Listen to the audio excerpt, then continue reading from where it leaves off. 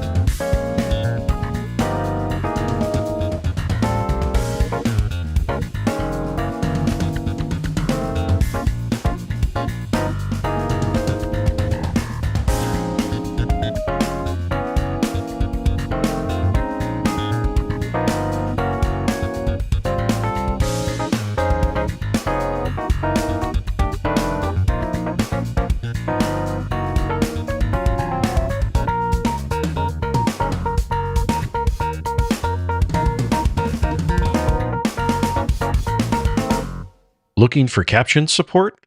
Closed captions are available through the media player.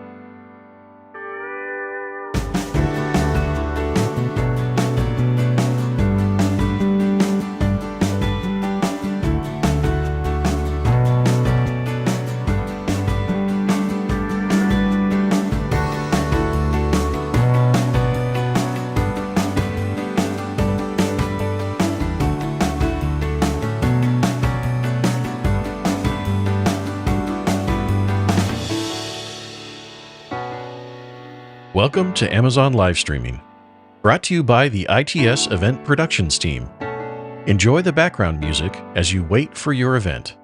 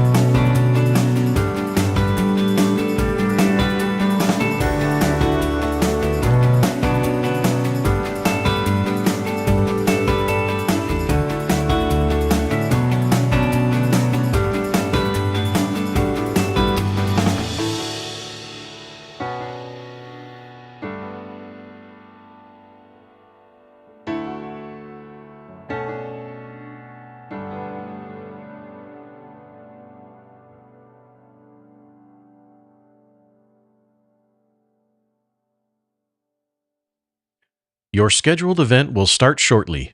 Please stay tuned.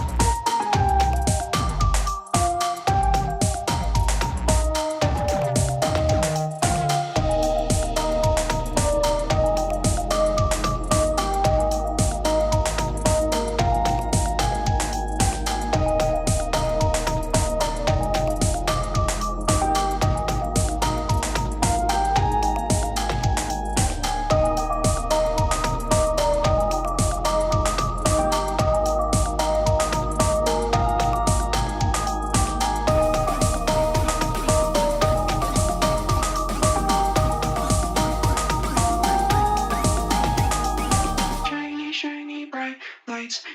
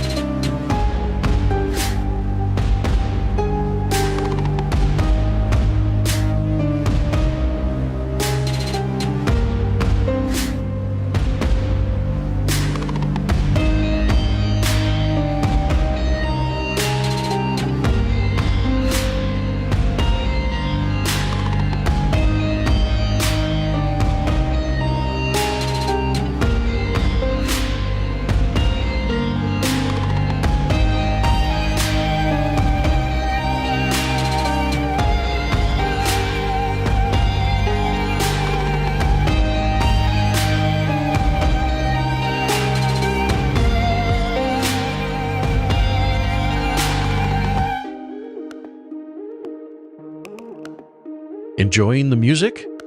All content you're currently listening to was produced by Amazon's Audio Studios team. Stay tuned for your scheduled event.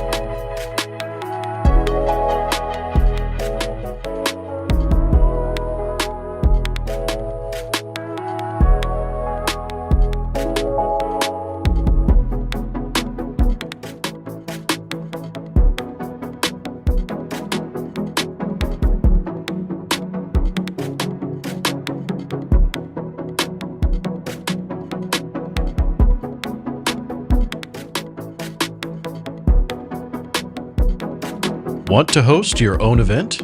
Create your meeting experience today at meetings.amazon.com.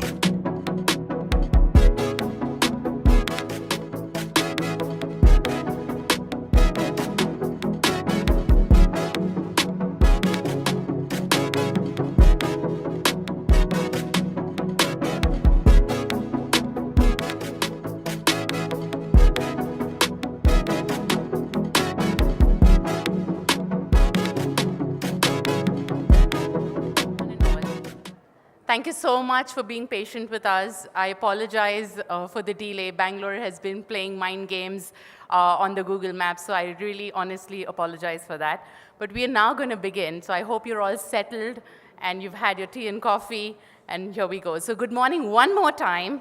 Welcome to Amazon's ElevateHER, our first one-of-a-kind International Women's Day event, curated to inspire women professionals through insightful discussions. Also, a big hello to all of you all who are joining us on Livestream. My name is Shweta Sharma. I am a manager of recruitment here at Amazon and also your host for today.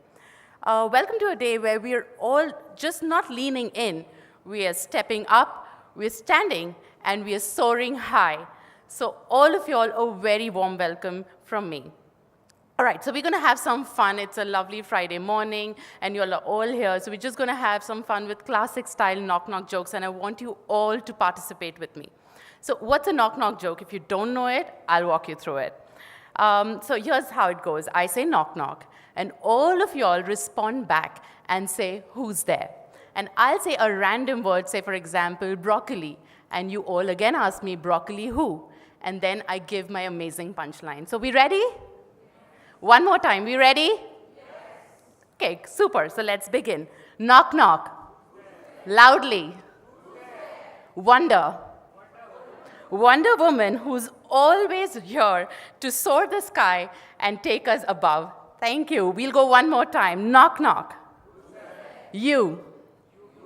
You who's unstoppable, confident, and I'm here to remind you that you've got it all together. Thank you. Now that we're all geared up, we're going to be beginning our official program in about 2 minutes, but I have some important updates for all of you all.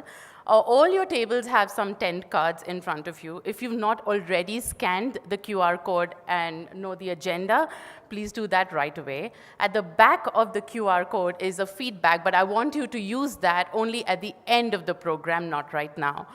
So that's the first update. I also hope that you all have visited the amazing stalls outside and get to know more about Amazonians and how to prepare for interviews.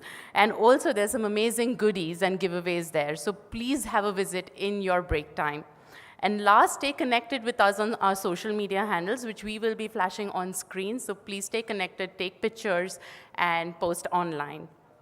Now let's begin our session. I would like to invite on stage our esteemed director, HRPXT, Shantanu Chakrabarti, handing it over to Shantanu for the welcome address. Please put your hands together for Shantanu.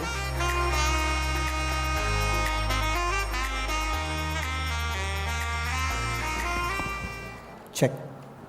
Good morning, everyone. Before I start with introducing myself and what we're going to do today, may I request you all to give a loud round of applause to Atul and his team who will be helping us stay inclusive. And I think his wonderful colleagues will also be coming through in rotation, but thank you, Atul, and thank you, everybody from that team. All right. My name is Shantanu. In all humility, I wear multiple hats. The first one is a failed guitarist. The second one is an exhausted dog walker to a very, very opinionated dog at home who has a mind of her own. I'm an above average long distance runner. And after all of this, I also do manage HR for the India e-commerce business. So that's a bit about me. It is my privilege and honor to kick us off today on this very, very special event, which is the Amazon ElevateHER, as part of our larger celebrations of inclusion and growing leaders in a manner that Amazon believes in. Today's program is special, but it starts very organically for us. If I understand, of course, we have some Amazonians here, but if I may just ask for a show of hands for our external delegates, if you could just raise your hands. All right, great. So Usually, you learn about Amazon's leadership principles when you start applying for jobs. But if you haven't already, I would urge you to look at what we call Amazon leadership principles. And the first one is customer obsession, right? Amazon obsesses for their customers. And to us, we are very clear that today our customer base is more balanced and diverse than ever before. So it just makes absolute sense to have an employee base and leadership quorum which is equally diverse like our customers. So that's as basic as it gets in terms of the big why. Why are we here, right? But coming back to today's event, today's Amazon ElevateHER event and many other events through the day will attempt to showcase how we believe in building an environment where all of us can thrive, not just grow, not just develop, but can actually thrive in a manner which we can feel proud about. And that's really what this scales up to. Our journey also has been evolving with time. We started with the belief that mentorship is one of the ways to grow leaders. Over time, we realized that mentorship also needs allyship. We need more people around us to build those affinity groups that believe in leaders and help them. And very recently, and you'll hear more about it through the day, the allyship has now leaned into something that we call sponsorship. So we actually have senior leaders in Amazon being active sponsors beyond the managerial systems to grow women leaders in Amazon. So that's the trilogy for us: mentorship, allyship, and sponsorship. And as all of that comes together, we have this wonderful team called the Inclusive Experience and Technology team within Amazon that actually holds all of this together, but with a very, very special thought process.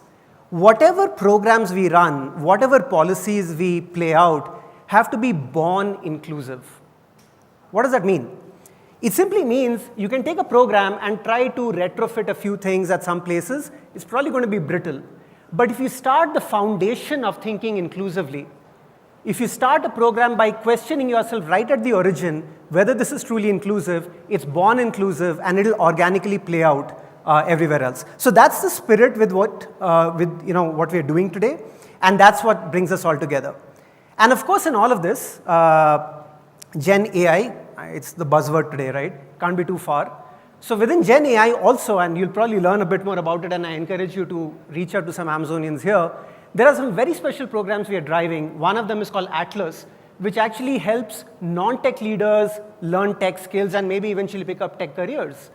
There's another one called the Machine Learning Gurukul, which actually helps any person with any level of specialization, from absolute novices to advanced specializations, learn more about machine learning and potentially explore that either in their everyday jobs or even as specialized careers. So that's kind of how all of this kind of fits in.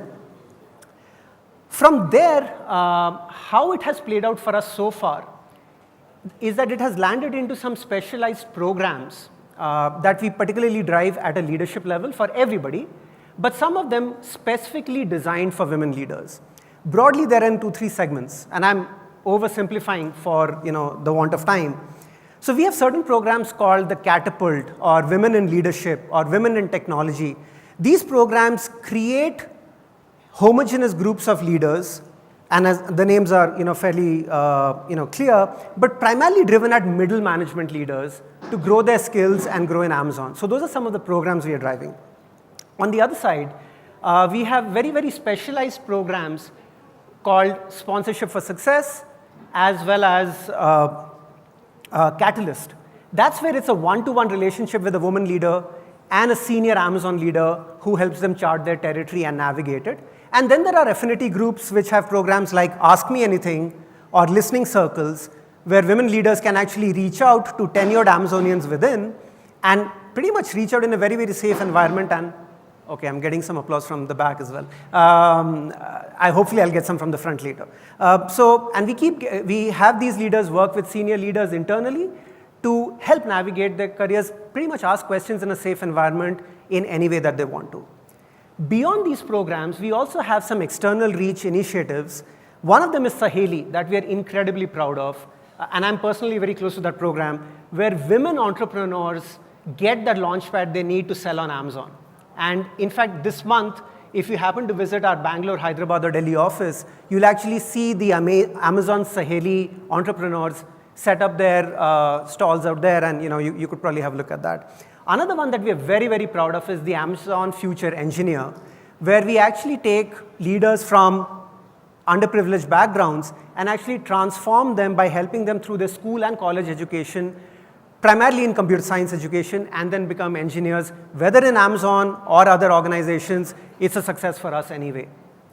So that's a bit about why we are here, what we've done so far, and what we'll do ahead is the next part of what I tell you. But just before I take you to what will be today's agenda like, if you can humor me for a minute. As you would have guessed by now, I love the sound of my voice, so I don't want to leave the stage. So I'm going to tell you a very little story, right? If some of you have heard this before, please play along. So once upon a time, there was a sentry, a guard with a gun, and he was guarding a gate and a border, and he thought he heard somebody walking by. And he pointed the gun at that person in the darkness and said, "Halt, who goes there? And if you don't stop, I'll shoot you." So as he waited from the darkness, an individual emerged. That person happened to be an old man, but appeared to be fairly learned. So this guard pointed the gun at that person and said, "Who are you? Why are you here? And where are you going?"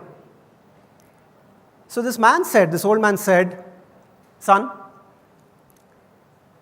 if you can answer these 3 questions for yourself, I will give you any boon you want." And by that time, this guard figured that this is obviously some sort of a divine person in a human apparition. The punchline obviously here is, and if I may ask you to humor me, ask yourselves, who are you today? Why are you here? And where are you headed? And it's okay if you don't know the answers to all 3 of them. That's why we are here, right?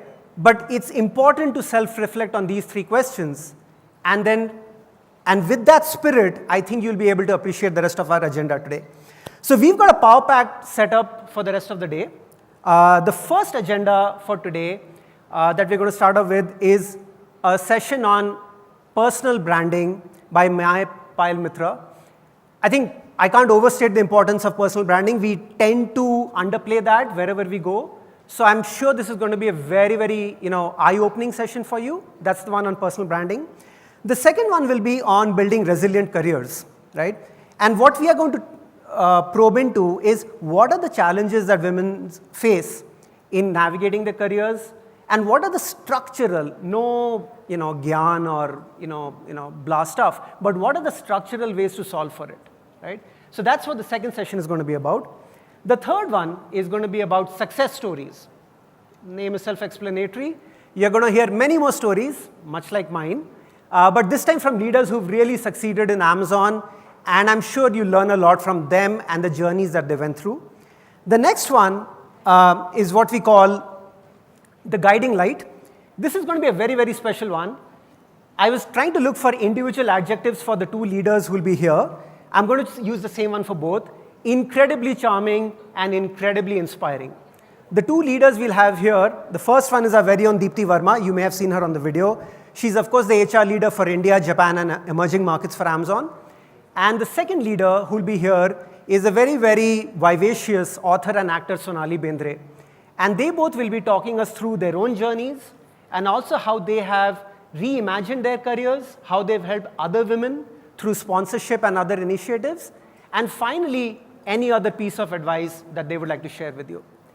And at the end, we're going to wrap up with, I think, a session that you all will benefit from, speed mentoring.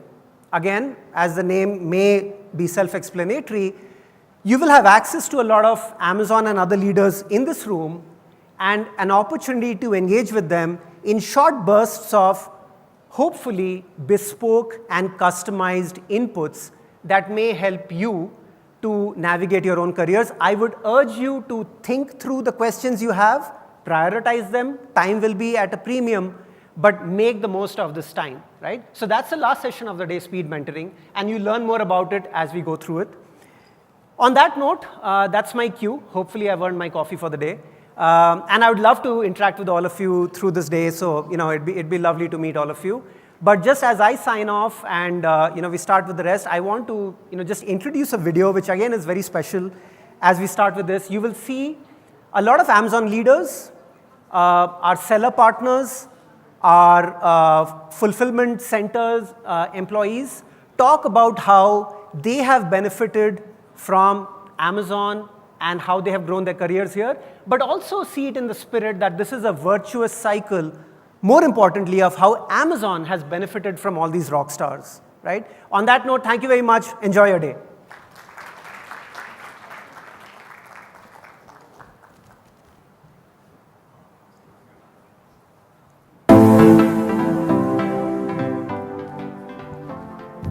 Thank you, Shantanu, for setting the tone for today. I did have a little token for you. If you were here, can you come up on stage one more time?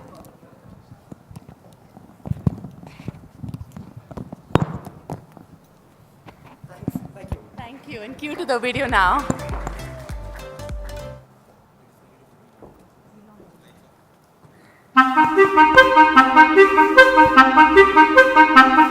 At Amazon, women just don't work here. They make it what it is.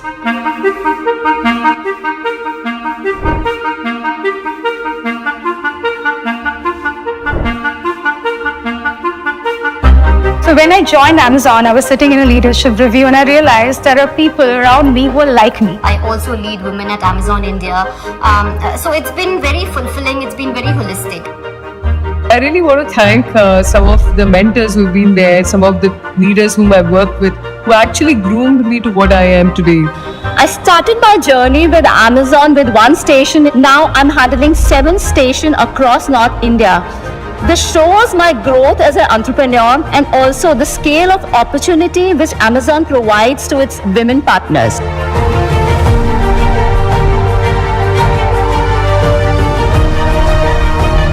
ಎಲ್ಲರನ್ನು ಸಮನಾಗಿ ನೋಡ್ತಾರೆ. ಆದ್ರಿಂದ ನನಗೆ ಈ ಅವಕಾಶ ಸಿಕ್ತು. Amazon ನನಗೆ ತುಂಬಾ ಸಪೋರ್ಟ್ ಮಾಡ್ತಾ ಇದೆ.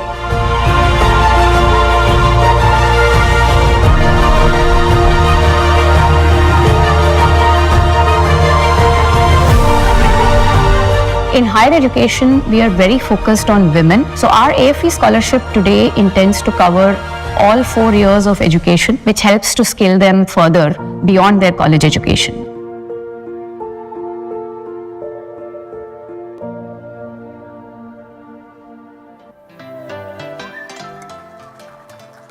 Thank you, everyone. Moving on, we have a very insightful session planned for all of you. I call upon stage Maya Payal Mitra, a LinkedIn top voice for interactive workshop on personal branding, Brand You. Now, Maya is an award-winning somatic leadership and career transition coach. Maya specializes in empowering ambitious leaders to cultivate a profound sense of belonging, intention, and ownership within workspaces. She transforms transformational change, revolutionizing work culture, and transforming organizations into thriving and psychological workspaces. Over to you, Maya. What's holding you back from being an inspiring leader, from finding balance and harmony at work, or from living the life you desire? Most of us are bound by our own limiting mindset and societal conditioning, and we end up living life in default mode, unaware of our limitless potential. Hi, I am Maya Payal Mitra, and I'm here to guide you in redefining your story beyond the scripted life. 15 plus years in the tech industry and the Big Four consulting has given me immense insights into leadership challenges, employee disconnect, and cultures lacking diversity and inclusion. So I ventured into coaching and training to inspire positive change using the unique move-to-move methodology that is shaped from my own transformative journey. These programs have been accepted, applauded, and appreciated globally and have won the hearts of many influential leaders. So get ready to move for change, move ahead of challenges, and move towards success. Get ready to move with Maya.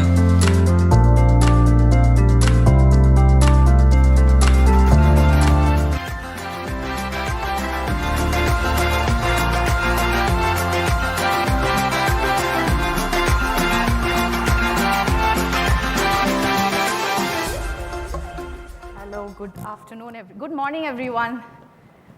Hello, how's everyone doing? Am I audible? Thank you so much.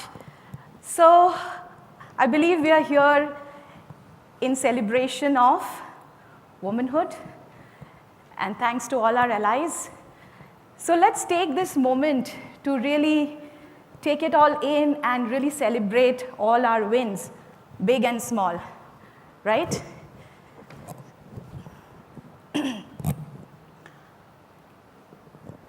Imagine all of us are here at a cocktail party.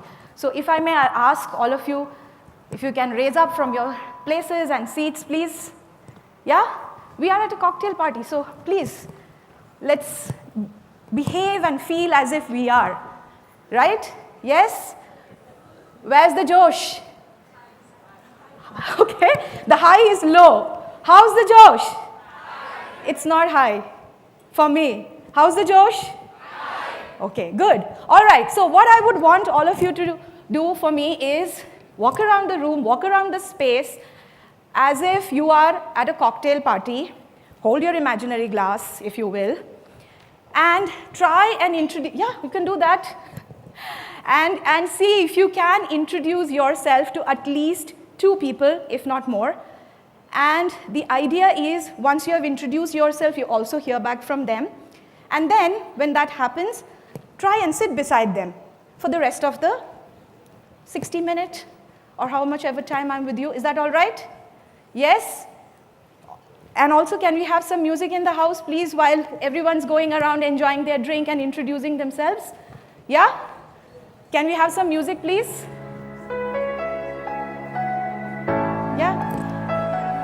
We are at a cocktail party, and how would you go around introducing yourself? Please remember the people you are meeting.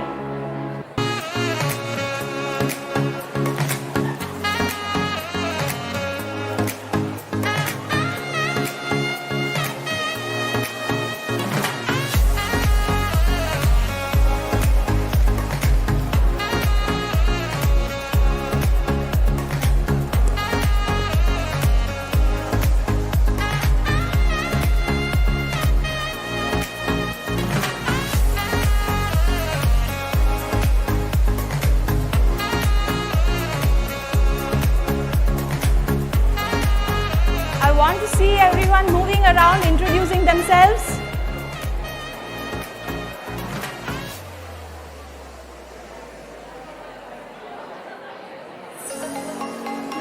Another 30 seconds. Please make sure you speak to at least 2 people or more.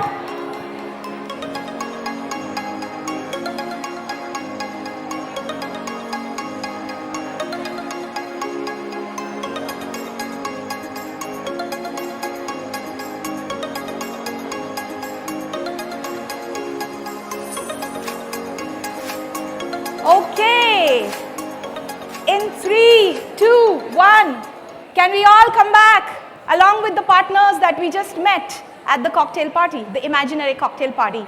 Some of us are probably going somewhere in the evening to celebrate International Women's Day, and also it's a Friday, so yeah, why not? Okay, can we have you back at your seats along with your partners, please? Yes? Can we all settle in with our glasses? And also the partners that we just met, can we possibly sit beside them? Yes? Yes? Right? Awesome. Okay, superb. Okay, are we all settled in? So, today's session is all about personal branding. But what exactly is personal branding? I would like to hear how many of you are aware of this word.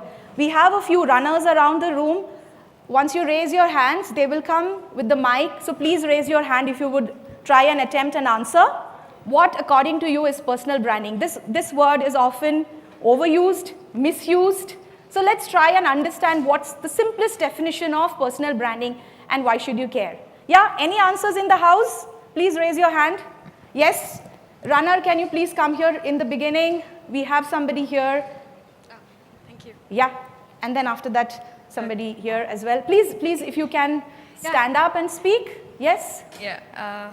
I'm audible right now? Yes, you are. Yes. What's personal branding for me is what you bring to your table. So what you show up, what exactly the skills you show up to people, that's actually defines you, I feel. Thank you. Absolutely. Great answer. Thank you. Yeah. Now, somebody here raised their hand. Yeah, so personal branding, I think, is to understand your strengths, and I think your strengths that might define you.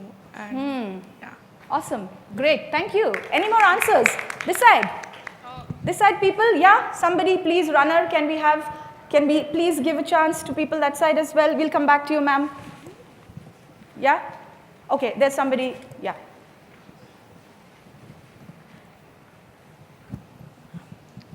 Hello. So I feel like personal brand is the niche that you bring. So how you stand out in a crowd. How you stand out in the crowd. So something very specific to you that you can highlight in a group might be your personal brand. Absolutely. Brilliant. Any more answers that side? Yeah?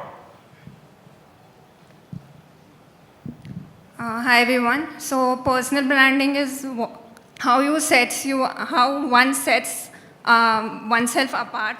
Sorry. And what the value they offer.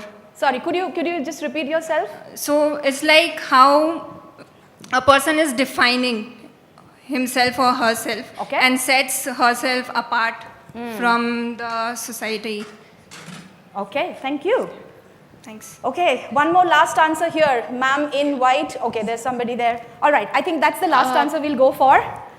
Otherwise, we'll end up having the next couple of minutes. Personal branding is, say, a person being a brand himself or herself. So it includes everything, the leadership, the all qualities as a person, as a brand. So that is personal branding. Thank you so much. Thank you so much, everyone, for being such a engaged audience. I really love it. Also, all of your answers are absolutely on the dot. Whatever you have shared is absolutely correct. And there's another way of looking at this particular term called personal branding. How many of you would probably agree to this? It's a famous quote by Jeff Bezos, which says, your brand is what other people say about you when you're not in the room. Yeah? How many of you may agree to it? Maybe just show of hands. Yeah? Okay. How many of you do not agree to it? Also show of hands. Is there anybody who doesn't agree to it? Okay, interestingly, no one, right? So the important thing here is, and very, funnily enough, the fact remains that whether we like it or not, people are going to talk about you. Isn't it? Whether you like it or not, people are going to talk about you. So make sure it's a good one. Make sure it's a good one. Tell your story and share your narrative. Do it in a manner that creates a strong, impactful, powerful personal brand. Now, again, a quick question. How many of you actually got the goodie bag during your registration? How many of you got it? All of you, I'm assuming? How many of you actually checked what you have inside? Only 5, 10, 20 people? Did you see there is a brochure? Did you try and attempt those questions for yourself? Yeah? So the question remains, how familiar are you with personal branding? You may have heard about the term, but are you consciously and intentionally creating a personal brand for yourself? Yeah? Now, this is what I would like to define personal brand as. It's how you see yourself and how others see you. Personal brand is at the intersection of that, and that is what I called as brand you. Brand you is nothing but an intersection of how you see yourself first, and then how others see you. It also is something which kind of looks back at our image It looks back at our mission, our values, and also the vision. Now, when I'm talking about image, it's not necessarily only the physical appearance part of things. Yes, that also is a part of your personal brand. How you show up consistently and authentically, that becomes your personal brand. Your digital portfolio, your digital social media is also a part of your image, your digital image. And today, all of us are tech savvy. Is there anybody in the room that does not have a mobile or a digital gadget? Please raise your hand. Anybody in the room? No, right? Today, technology is something we cannot live without, right? So having your digital and your online reputation consciously, intentionally being created is not just important, it's almost like essential. Because the fun fact is, again, going back to the definition, whether you like it or not, somebody else is going to define the way they see you. So why not share a story and a narrative that positively sets you apart from the rest of the world? Are you with me? Yes, no, maybe?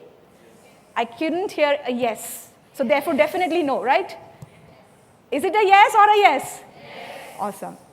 So again, coming back to your mission, what does that actually mean? What do you mean by your mission? It basically goes back to what's your purpose? What's your purpose and what's your calling? How do you see yourself? What do you represent in the world? What's the legacy that you want to build in this world, whether in your corporate avatar or whether in your professional space? What's the value that you bring on board? That's how you see, that's how you actually create the personal brand. And it also goes back to your vision. This is a vision of what is your leadership statement, what is your leadership narrative, and how you want the world to view you, right? Okay. So again, I'm coming back to this question. How many of you, and please be absolutely candid and honest about it, there's no shaming, there's no, oh, I didn't do it. Yeah, fine, that's great, we did not, that's why we are here. How many of you have actually consciously and intentionally chosen to create or build or develop your personal brand? How many of you have consciously done it, intentionally done it? Raise your hands. Okay, can we have the runners come to the people who have raised their hand? Please keep your hands raised. Yes, some 3 people. The runners, can we please come somewhere where the raised hands are? Yes. Yes. Hey, hi. Where am I going to look? If you stand up, I know where you are. I cannot see you. I'm short, so you might not. I cannot see. This side, your left. Oh, okay. Yes. Yes. Sorry. Hey, I was hi. looking that side. I'm Suganya. Yes. I do it intentionally, not for me, for the others who didn't get the opportunity what I got. Could you just say a little more about that? So I'm 13 years into Amazon. So in my college, like, lot of talented girls were there. And when I joined, there were it was almost half. And if you see now, right, there were very few girls. So I'm there. So I do it for all others who didn't get the opportunity what I had. So basically, you are trying to say is, by sharing your story, you want other girls who probably haven't had that opportunity to live an aspirational life and to see what opportunities lie ahead of them. Is that what you mean? Yes, and also for the other girls, like the future girls, to see that it's possible. Yes. It's there. Yes. I'm there. Someone crossed all the path. Okay. I joined Amazon as a college passed out. Now I have a kid. Right. So it can be done. Right. So I do it very intentionally that it is possible. Superb. Thank you so much for sharing that. Yes. Any more responses? There were few raised hands. Have we lost them? Somebody here in the front. Can I have the runner, please? Hi, I'm Sindhu. So yes, even I do it intentionally because Amazon was like a luck for me. It was something that I got into when I wasn't looking to anything. So that was an additional for me, and when I got into Amazon, I realized how important it is. So based on that, I do it intentionally, as Suganya mentioned, so that it would also help others, and they're educated that how important it is to build a career and how important it is to be independent. So for that, yes, I do it intentionally. Superb. I would also like to hear maybe from the third person when you're sharing, could you say how building your personal brand intentionally, what benefits has it given you as a person, as a leader, as a professional, as an individual? If you could talk a little more about that, please. Yes? Runner, if you can come here. Yeah, you have it? Am I audible? Yes. Okay. So consciously I try one thing. Every year I try to do one hobby which I like, or find something which is a hobby, and then probably I will like it. So like last year I learned scuba diving. So I try to do small things which I like, and probably it's my personal branding because I get to meet a lot of people.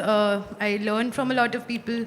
Like last year when I went for scuba, I learned about, so there was one group and everyone was from different fields, and I learned about all of them. They learned about me. So that's like how I create my personal brand. Superb, awesome. Thank you so much.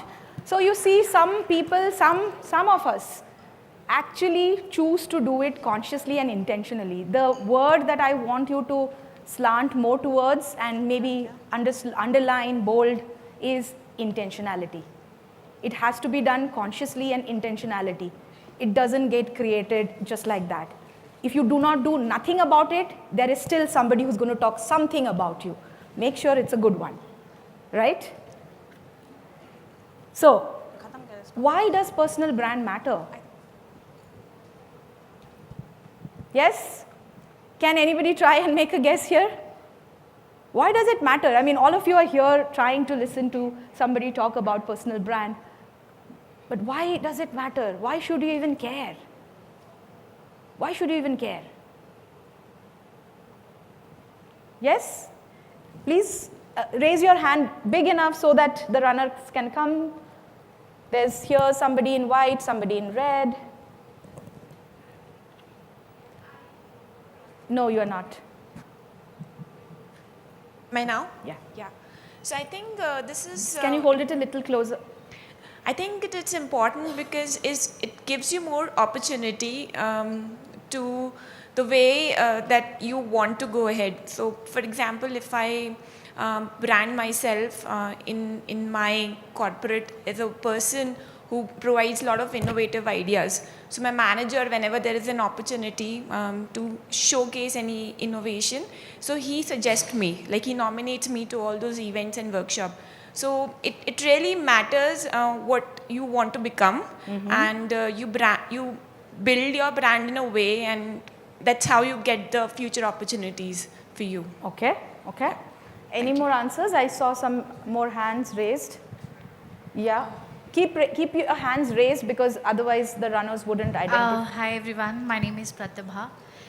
So personal branding is important because as a woman, as a person who works in a corporate, you should always have an opinion, and a correct opinion which matters, and what you bring on the table, and how you project your team and your work, and how your HODs and your directors give you the opportunity.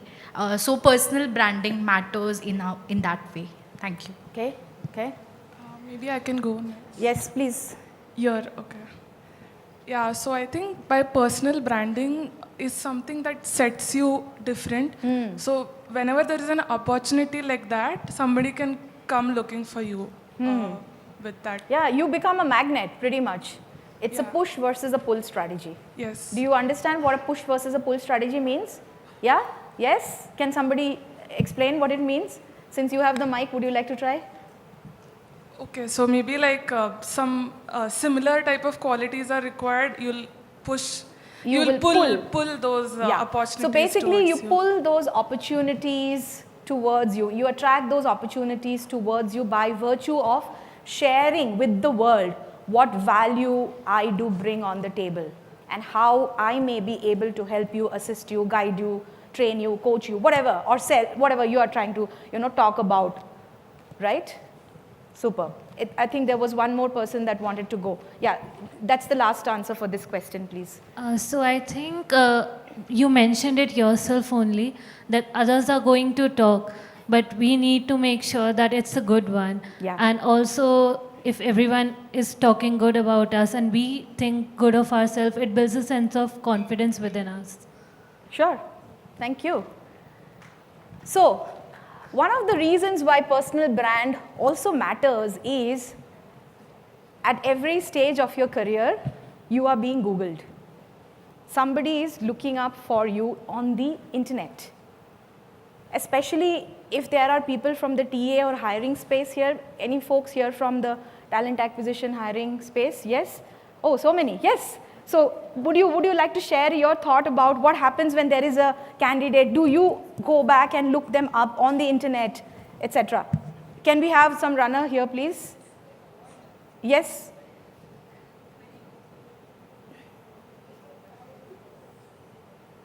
Okay, so I can't hear you. You have to hold the mic closer. audible? Yes. Okay. So, for example, I'm doing any middle level hiring. If there is any candidate, I definitely go and check the profile on LinkedIn. I also do check like which department, which team, from which team the candidate is coming, and I do all those checks, and then I propose that profile to the, leaders. Yeah. So I try to get the basic information. Yeah, sure. Yeah. Some more answers from here. I think yeah. Can you just stand up maybe, please? Hi. Yes, thank you. Audible? Yes. Hi, this is Shilpa. So, just adding on to what Lakshmi said, right? Just by doing that, we also get other connections on LinkedIn where we get connected with the employers and get to check them, and that's how our network also gets built. Sure. Yeah. Sure.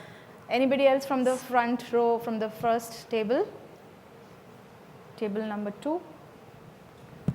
I just want to add that I think personal brand gives you more details more than the designation and the company the person is working in. So that gives you so when you actually talk to the person, there's a certain persona they want to exhibit, Absolutely. but personal brand tells you more than, Yes. and probably that's the reality. Yes. And that helps the recruitment team evaluate whether Absolutely. he or she is or Yes. they are the right people for the job. Absolutely. Thanks for adding that. Personal brand is basically your personal billboard. Treat it as your personal billboard. And as she just mentioned that even before you walk into the door, whether it's for a job opportunity or for a business sales meeting or for a negotiation, this person knows something about you if you have been consciously creating a personal brand. And therefore, they have some information, some input about you. And that's exactly what, why it matters and why you should care, right? Now, here's another interesting question. And if you have seen the handout that we have put in the goodie bag, you probably have seen this question. I'm curious to know how many of you have actually ever Googled your name and found some publicly available information. Yes, ma'am, please. Superb, you have. Yeah, can you keep your hands raised, please, so that the runners can come? Otherwise, they will not be able to see you. Yes. Yes. So when I Googled, it generally shows my profiles on different websites, Facebook and LinkedIn and other things. And the headlines are the things that we put up there. Is it the correct, appropriate representation of what you do and who you are? Yeah, I mean, technically it is. It is? Yeah. Are you happy with what shows up on the publicly available information websites? For now, yes. I don't really know very deep about personal branding. So after this session, maybe I'll go back and do it better. All right. Yeah, some more answers. I saw a few raised hands. The mic is with somebody. Can you please stand up? Can we please be quick?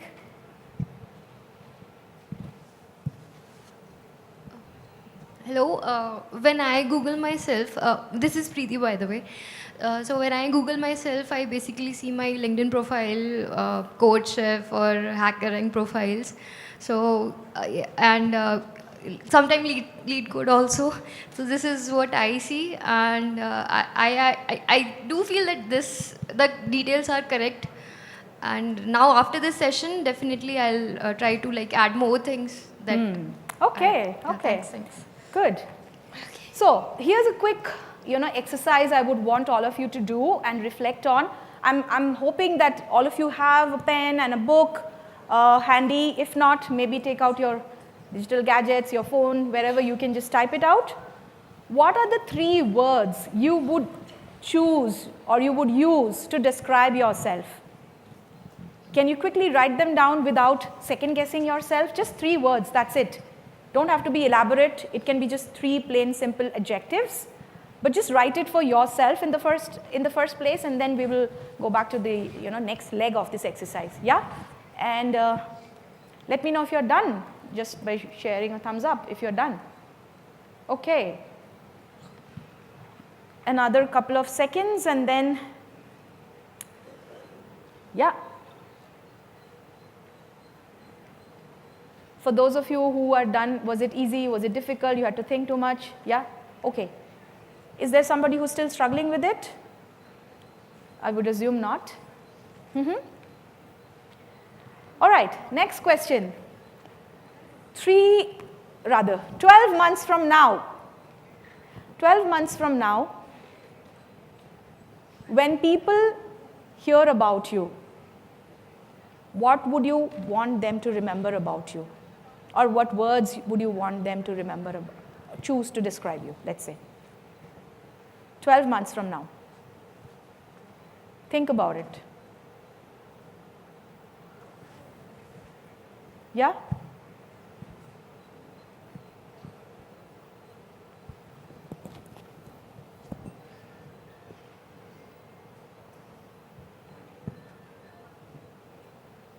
Anybody's done? Okay. More people who are done this side? Anybody's done with this exercise?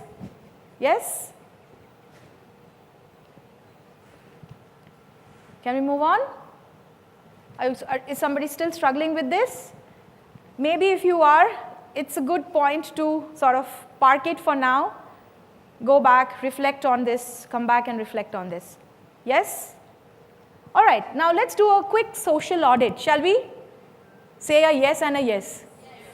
That yes was very dull. Did you have your morning coffee and breakfast? Yes. No. Did you have your morning coffee and breakfast? Yes. I could not still hear. Give me an empathetic yes, a loud yes. Did you have your coffee? Yes. Or tea or water, or whatever, other beverage that you were having in the cocktail party, imaginary. Did you have it? Yes. Are you awake?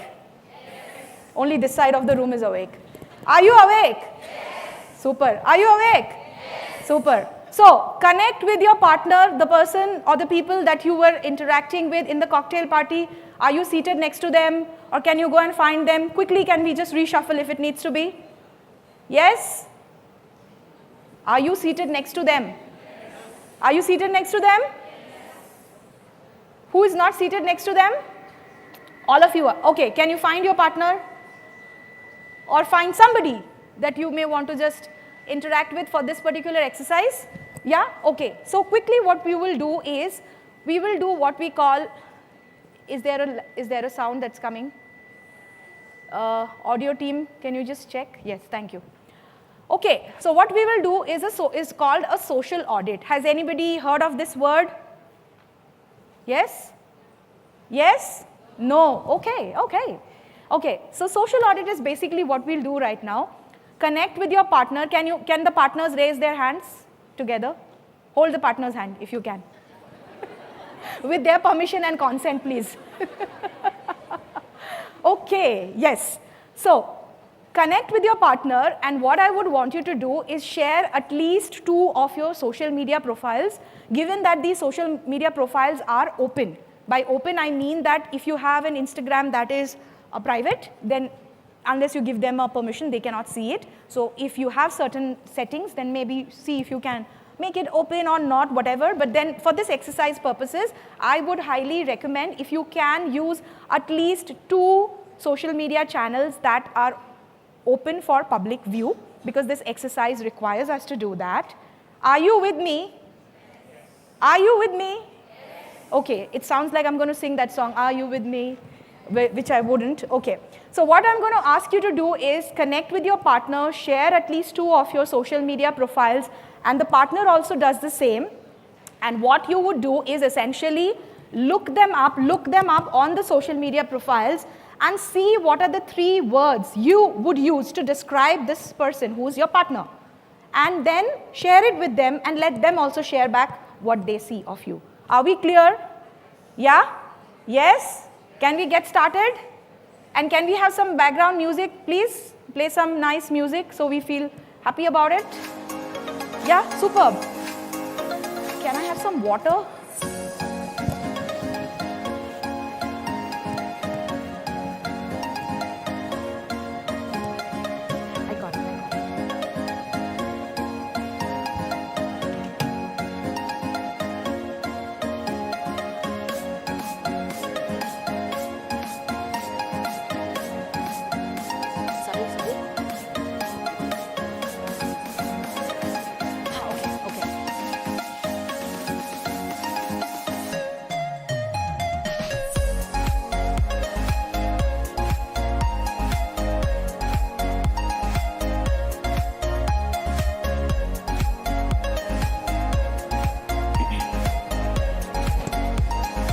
We will try and finish this exercise in the next 40 odd seconds, yeah? I hope everyone's doing this exercise. Is there anyone who's not? Everyone's got a partner? Is there anybody who does not have a partner? Can you please raise your hands? Everyone's doing this? I hope you are.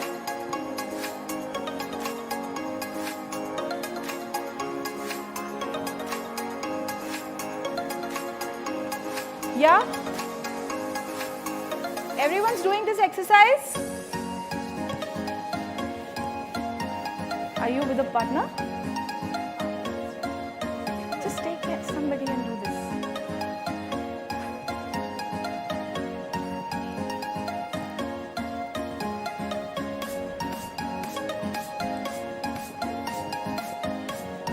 Yes? Are we done with this exercise or you need more time? Are you done with this exercise? Do you want me to repeat the questions? Anybody still struggling with the questions? Yes? Okay, it seems like I'm not audible right now.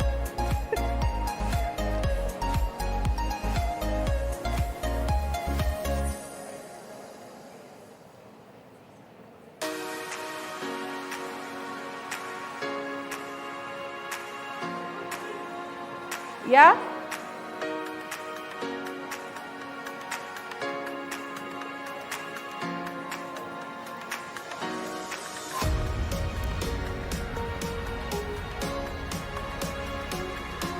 I hope you have swapped and both the partners are getting equal opportunities, and if it's a triad, that everybody is having equal opportunity to share, right? Yes? Did you swap and change and switch so that you can give the other person the chance to share? Yes? All right. In the next 5 seconds, we will wrap up this particular activity. Yes? Okay. Everyone come back. Can we stop the music, please? Thank you. Everyone back to the screen. Yes? Are we back? Okay? Yes? Yes, no, maybe? Okay, superb. So, I'm going to take at least 2 people, one from this side and one from this side, and please, if you can, stand up along with your partner, a group or a pair here. Yes, whoever wants to volunteer first. Ma'am, with your partner, where is your partner? Yes, runners, can you please come this side? And somebody from here, it can be a triad, it can be a pair. Who would want to volunteer for this exercise? Can we have somebody? Yes? Folks, come on. Yes, please can you stand up? The runners will not be able to identify you. We already have runners. Okay. We have 3 pairs. Can you please stand up so I could identify you? It's very difficult. I will not be able to see you. Can you please stand up? Where's the first pair? Yes. Okay. Superb. So the question is, what did you first of all find out? Both of you, please share. So, Be a little, hold the mic. I found out that Ayushi also works for Amazon. Okay. And we have a common friend. Which you did not know. Yes. Superb. See? Then, what else? I found out that she is socially very three active. words that you would use to describe. 3 words. Charming, outgoing and social. Okay. How about you, ma'am? Hi, I'm Ayushi. Sonal is also very outgoing. She's very family oriented and loves to spend time with the family. Okay. Now, I would want you, both of you, to go back to the 3 words that you have chosen to write for yourself. And now, can you compare notes with what the other person shared about you? Is there an alignment? Is there a disalignment? It's completely drastically different, or is it the same or similar? And be honest. It is very much similar. Very much similar. Okay. What were the 3 words you chose for yourself? Can we have that, please, if you're okay? For Sonal, Sonal No, for you. Yeah. So sorry, I think you didn't get the question. Please give the mic back to her. Your name is Ayushi? Yeah. So Ayushi, what were the 3 words you wrote for yourself in the first place? When I said write 3 words about yourself that you would use to describe. What were the 3 words? I call myself charming, helpful and strong personality. Okay, so there is an alignment with how the world or how the other sees you? Yes? I'm asking you that question. Yes, there is an alignment. Okay. Even I thought she is charming, outgoing and social. Awesome. All right. How about you? What are the 3 words you chose to write for yourself? I wrote outgoing, confident and empathetic. And what were the words that she chose for you? I could not read the handwriting. According to me, she is definitely very empathetic, since I mentioned she's very family oriented and loves to spend time with family, and definitely outgoing as well. Okay. Seems like there was an exchange of notes beforehand, is it? No, I'm just kidding. Well done. Well done. Okay. Thank you. Somebody from here, please. Hello? Yes. Yeah.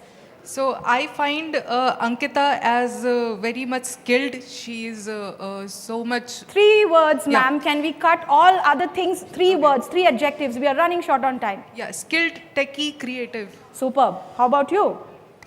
So yeah, based on her profile, I 3 realized words. 3 words. Yes. 3 words, innovator, because she was part of startup. No because. Okay. Yes. Biker and Sorry, biker. She's a bike rider. Innovator. And third one is photographer. She's Okay. And can we just do the same exercise? What were the words you wrote for yourself? And is there a synergy? Yeah, actually, eclectic. Just the words, 3 words. Can we just give me the words, Yeah, please? it's more or same eclectic, eccentric artist. Eclectic, eccentric. Okay, artist. Superb. How about you? What were the words you chose for yourself? energetic, dreamer, and innovator. So, would you say that your social brand is aligned with how you see yourself and how the world sees you? Yeah, according to me, yeah, it was. You? Yeah, Superb. overall it... All right, all right. Okay, we have one more pair somewhere here. Yes. Please just give me the 3 words. We have very less time, so be brief. No, because, no, ifs and buts. Cannot hear.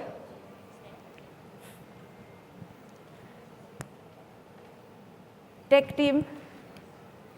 Yeah, the words that I gave myself was energetic, fun, and engaging. And the words you choose for your partner? Yeah, cool, private, and does a lot of roles. Okay, and how about you? Hi, so for myself, I had written kind, funny, and reliable. I could not hear, just... Hello? Yes. Yeah, okay, so for myself, I had written kind, funny, and reliable. And What for was the my- first word? Kind. Kind. Yeah. Yeah, okay, kind sounds like time. Okay. Oh, sorry. Yeah. Yeah. And for my partner, I had written bold, outgoing, adventurous, and reliable. Okay, and is there alignment in terms of how you see how you describe yourself versus how somebody else describes you? A little bit, yeah. Yes? I cannot hear, I cannot A see. little bit, yes. Little bit, okay. How about you, ma'am? Yes, all of it. Okay, super. Superb. Now, question is, did you people know each other from beforehand? Did you? Did you? Did you meet each other before?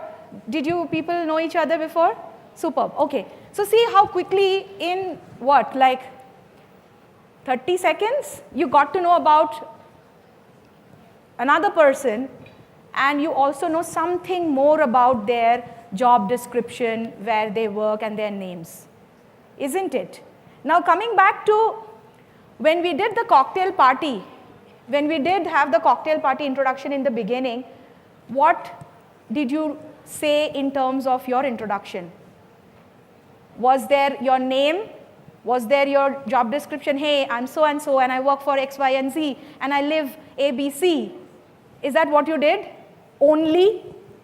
Is that what you did only?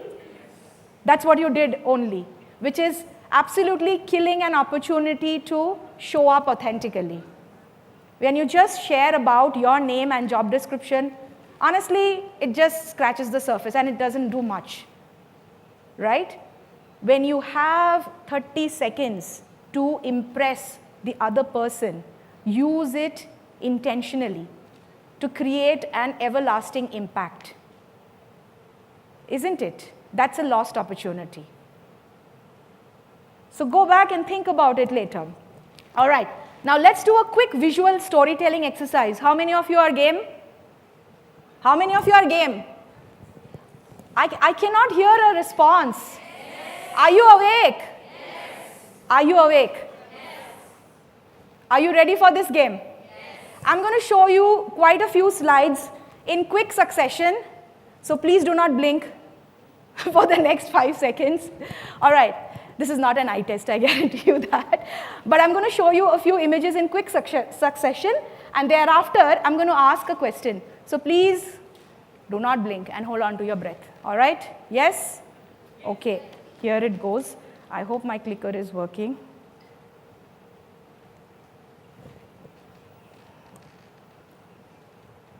Apparently, it isn't. Okay.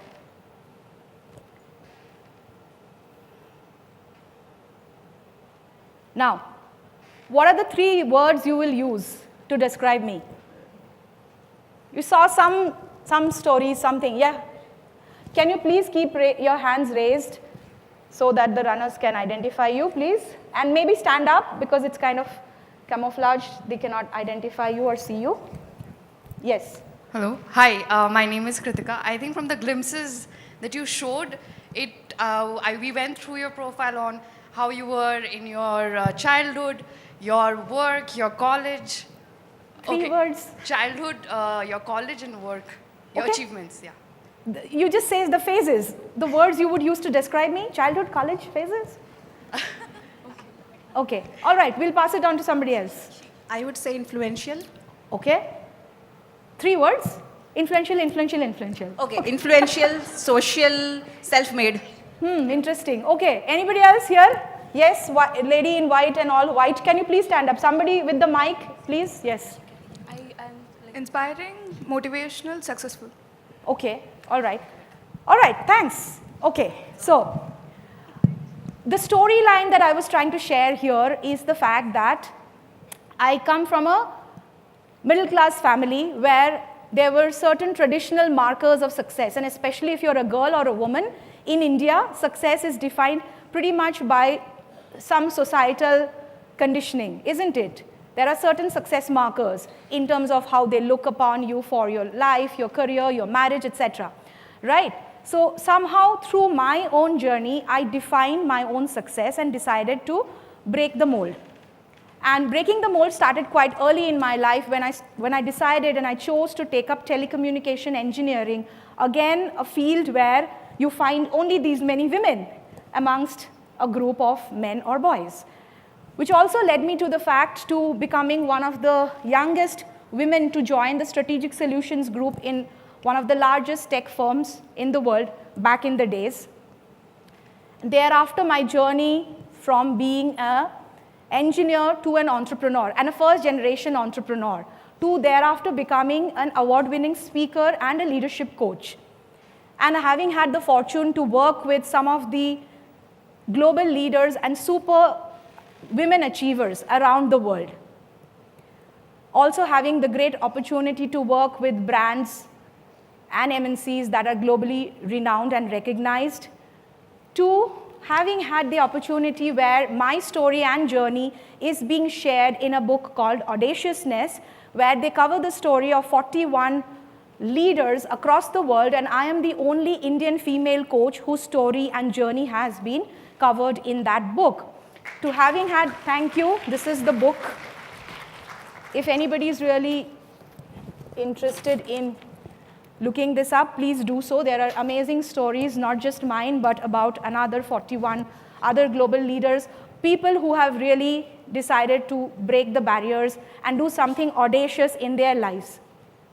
To thereafter also having had the opportunity to speak and teach at some of the global premier institutes. Now, by me sharing this story, what I'm trying to, invite you and encourage you to look at is that I struggled with imposter syndrome. And that's a phenomenon which a lot of us do struggle with even today.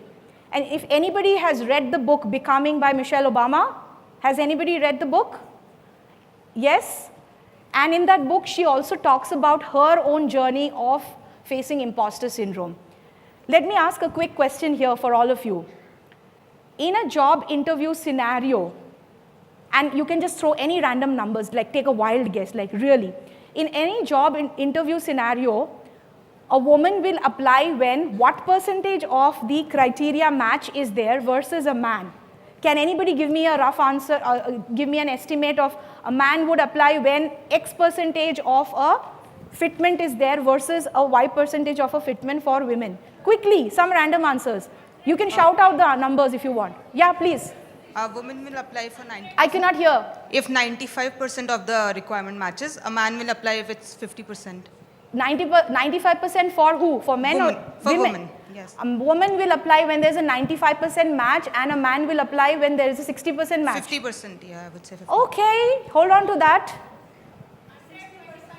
Somebody's Googling the answers, is it? 50% for men and... Where am I supposed to look? I cannot find you, ma'am. Here. Yes. Sorry.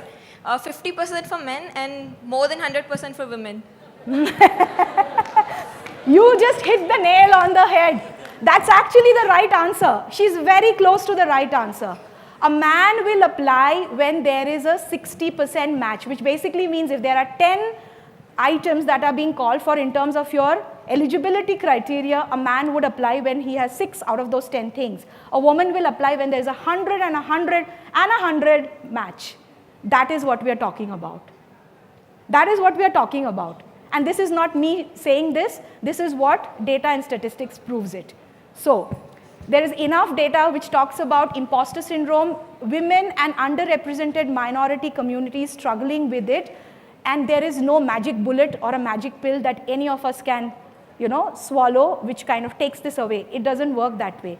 It only works when we consciously choose to decide how we want to see ourselves, which is why your achievements will never speak for itself unless you do. So if you are that person who believes in putting your head down, getting the work done, and thinking, wishing, wanting that someday, some imaginary day, somebody, your boss, your peer, your colleague, your spouse, your partner will see or will speak about your achievements or will give you that, hand out that particular accolade, well, you couldn't be farthest away from the truth. So therefore, it's again a conscious choice and a conscious decision that you have to make in terms of how you can tell your story authentically. And it all starts with you. It all starts with how you see yourself. Do you see yourself as somebody who's confident, who's charismatic, who is a thought leader, who wants to push the boundaries, who wants to step outside and do something outside of their comfort zone? If that is what you see yourself as, that is what you build your brand about, that is how people will also start recognizing you for. So in all my stories that you saw, or the visual storytelling that you saw, the reason why I shared it with you is they are towards that aspect because it is authentic and it's relatable. It's not something that you create, it's something that you build, right? Now, how many of you are actually on any social media like Facebook? How many of you are on Any social media like Facebook? Yes? Can I have a show of hands? That's like only 50% of the room? That's even lesser actually. Are you lazy to raise your hands? I guess so. So how many of you are on Facebook? See, now lazy people are raising their hands. How many of you are on Instagram? Oh, wow. Insta is doing better, okay. No wonder why Mark chose to buy this, right? Okay, how many of you are on TikTok? It's banned in India, right? I was just testing if you are awake and you still had your coffee. Right. So, how many of you are on LinkedIn? Woo, that's 75%. Well done, peeps. Well done. Good. So, LinkedIn is what? Is the largest professional network with over 1 million users. And if you, as a professional, are not on LinkedIn, guess what? You have already decided to play it small. But just by virtue of being on LinkedIn is doing nothing for you, isn't it? How many of you are actually actively creating content on LinkedIn? Only 1, 2, I can count you guys. 4 people, 5, 6. Are you kidding me? Out of more than 100, only 6 people are creating content on LinkedIn? Really? No, please, I want to see more hands. Tell me I'm hallucinating, which I'm not. See, this is what we are talking about. How many of you are actively engaging on LinkedIn? 10%, 5%? You are all what we call the lurkers. You know what that means? So, LinkedIn data actually says that 90% of the people on LinkedIn are consumers, which is you just go there, you consume data, you consume content, you scroll and you come out. That's about it. It does good for nobody except for giving impressions and likes to the other person who's probably created the content. 90% of the representation here also is that. Only top 5% of the people are actually creating content, and about 10% of the people are engaging with content. So essentially, if you want to build your personal brand, you have to be able to create content and also actively engage. And what it does for you is it helps you first build your credibility, your visibility, and your authority, right? It first of all creates that sort of a leverage for you, which is what we are talking about when it comes to personal brand. Yes? Now, this is an exercise. This is an exercise which I will ask you to do later on. You can take a screenshot if you will, and you can do it later, whenever you have the time. We are running short of time, so I'm going to give this up for you, wherein how do you really define your personal brand statement? You have to first start with identifying who is your target audience. Why are you even on LinkedIn? If LinkedIn is your chosen platform, so please decide why are you on LinkedIn. Is it to find a job? Is it to be seen as a thought leader? Is it to share, content that you find useful in your niche, in your industry? Is it to connect with people in leadership positions in a strategic, in a strategic networking setting? So really define your why and your purpose and, your target audience. And then understand what is your unique value proposition that you bring on the table. And then be able to articulate the impact that you aim to create, right? And this is again something which you can go back and work upon. What do you do? What do you do best? And what values do you bring on the table? Yeah? You can define your why, choose your channels, and tell your story. Decide to play it big and take a seat at the table. Yes? How many of you are going to take a seat at the table? Nobody. I could not hear a yes. Is that an empathetic yes? How many of you are going to take a seat at the table and play it big? Play it big. Yes? All right. Remember, everyone has a story. What's yours? Rewrite the rules, own your journey, and play it big, because your story is yours to script. All right. Decide to live unscripted And that's it from my end. You can take a scan of this, and there is a free ebook on personal branding, which is actually a 30-day plan to build your personal brand starting from day one. So it has a 30-day exercise. It will be helpful if you are really intentional about building your personal brand. And with that, I wrap it up. If there are any questions, I'm happy to take it. Thank you.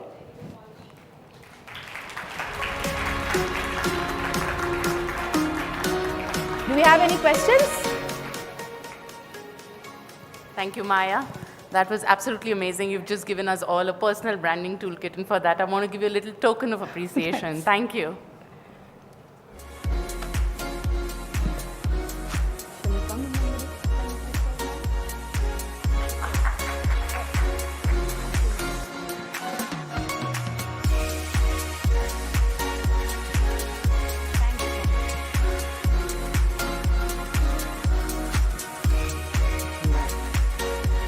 All right, everyone, before we move on to our next segment, here's a fun fact. Did you all know that the first computer programmer was a woman? Ada Lovelace who wrote the first algorithm meant to be processed by a machine in 1840s. Talk about being ahead of their times. Now, we have a very, very exciting fire chat planned for you on guiding light, sponsorship, resilience, and empowering women to rise with some very, very special guests. Curious to know who they are? Put your hands together for Deepti Verma, Vice President HR, People Experience and Technology, Amazon Stores, India and Emerging Market. Deepti has been with Amazon for over 13 years and leads the corporate consumer teams in India, Japan, and Emerging Market as a VP PXT. She has an accumulative experience of over 2 decades, and she's also an active member of multiple women in leadership forums and is passionate about diversity and inclusion. She's also recognized as India's 50 most influential women in HR. Deepti, she's quite a celebrity of the corporate world. For our next big screen celebrity, I don't have to give a clue, Shantanu had already done that. She's the lady who taught a clueless Amir Khan about love in my favorite song, Is Deewane Ladke Ko Koi Samjhaye. We will welcome the very talented and drop-dead gorgeous Sonali Bendre, actor and author. And last but not the least, I also welcome Aruna Daryanani. She's the director for Amazon MX Player, who will be moderating this fireside chat. Over to all you lovely ladies.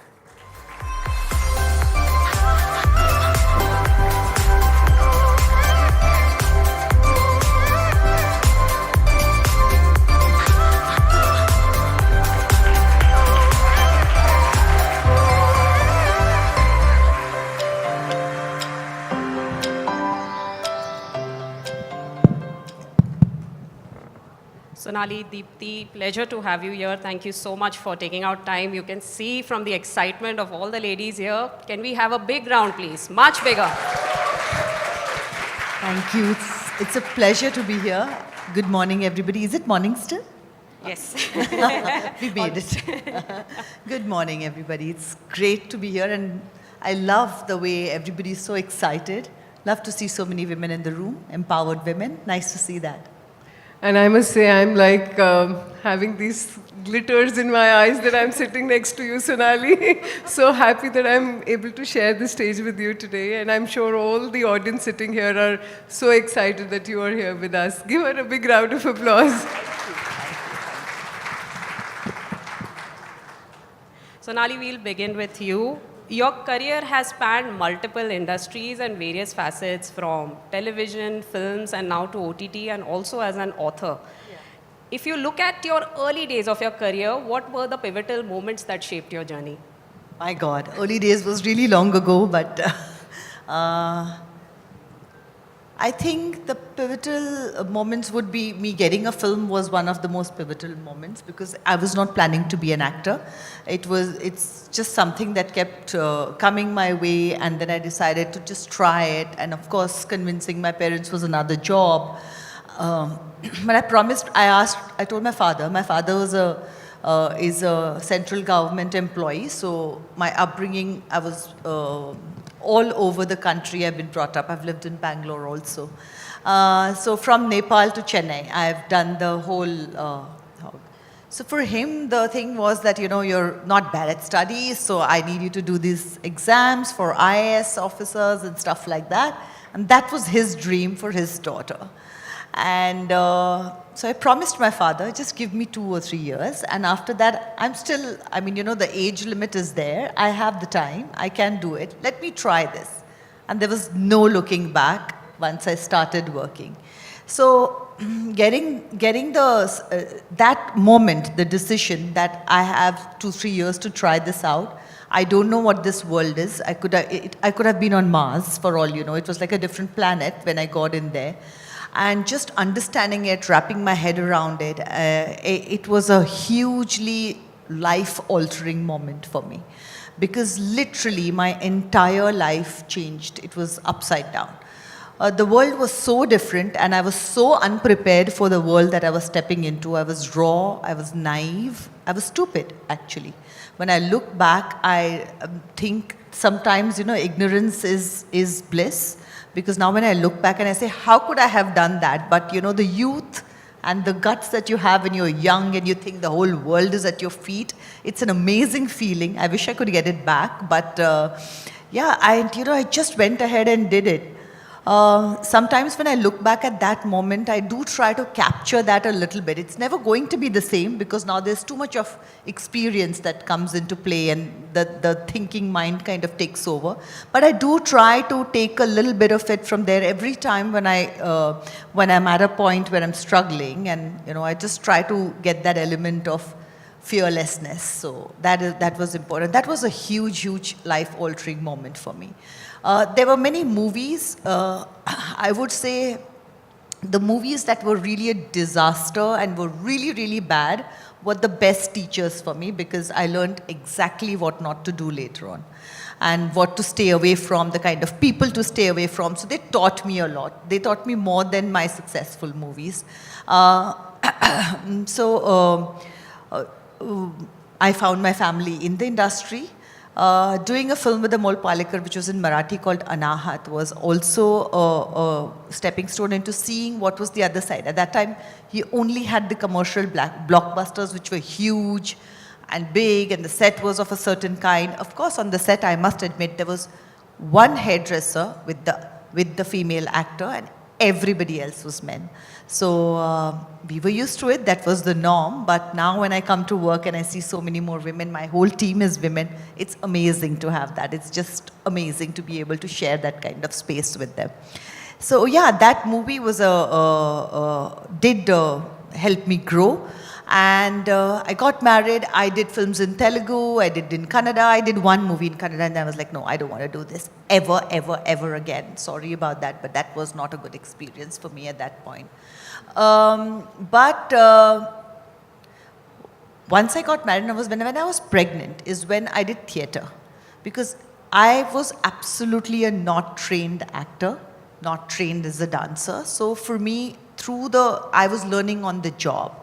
And every time when I had the supporting cast, the easiest and the most lovely actors were the ones who had done theatre. So I said, maybe I need to do this. So I did do what was the sequel to Tumhari Amrita. It was called Aapki Sonia with Farooq Sheikh. We lost him, so I don't think I'll ever do it again because I can't do it without him. And that was a lot of learning in there. I was with wonderful people. And with Farooq Saab, it was amazing to do that. I learned a lot.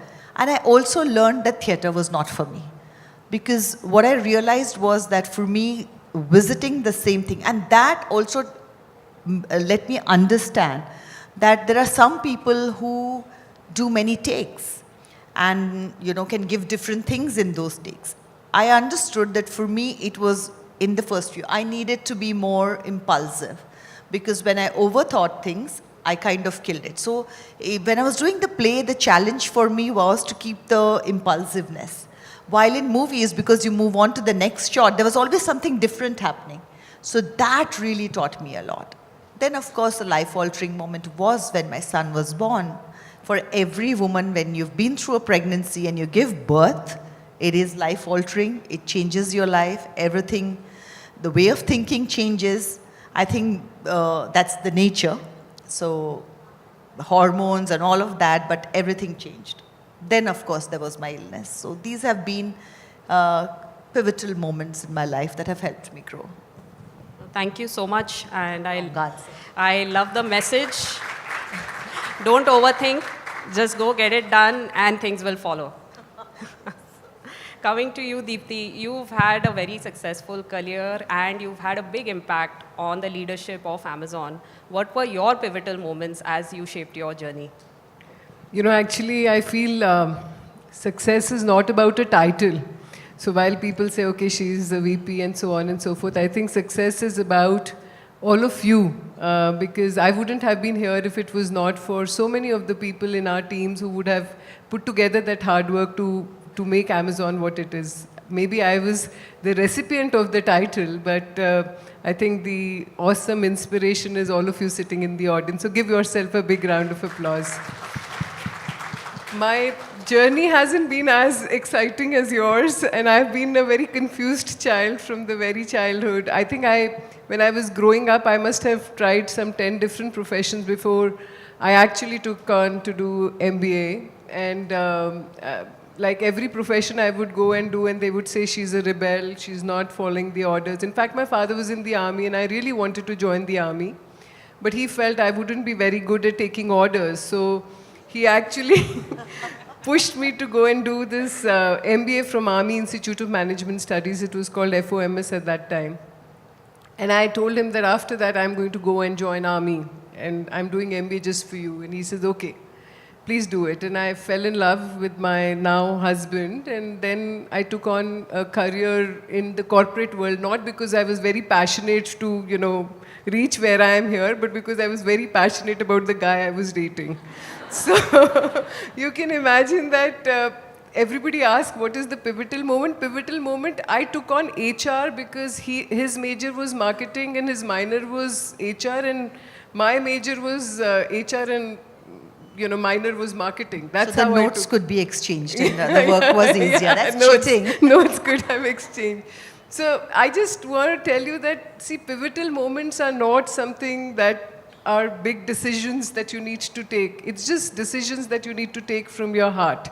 And when I look back at my career, every time I have taken a decision, I remember previous to Amazon, I was working with a company called Dr. Reddy's Laboratories. And if I look back, what was the most important moment? There was a lady who was leading international markets, and she was leading some 40 countries. She was going on maternity leave, and they were trying to look for someone who could be a backfill for her. And I said, I'm going to do that. And they said, it's a temporary role. Why will you leave what you're doing to do this?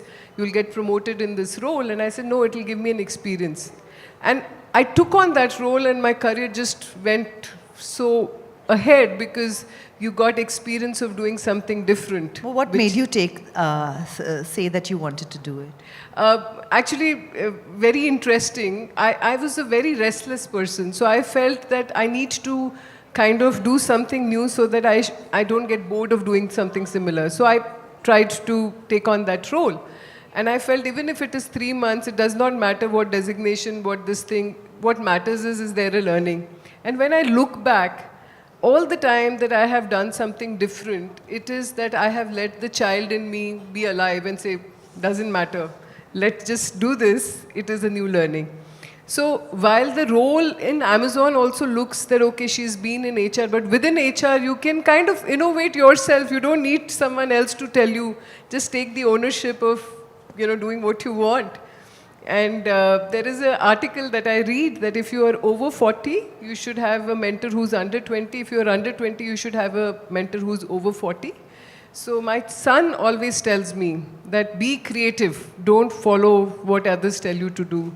And that's what has made me reach here. But I want to thank all of you because I wouldn't have been here if it was not for support for all of you and the teams.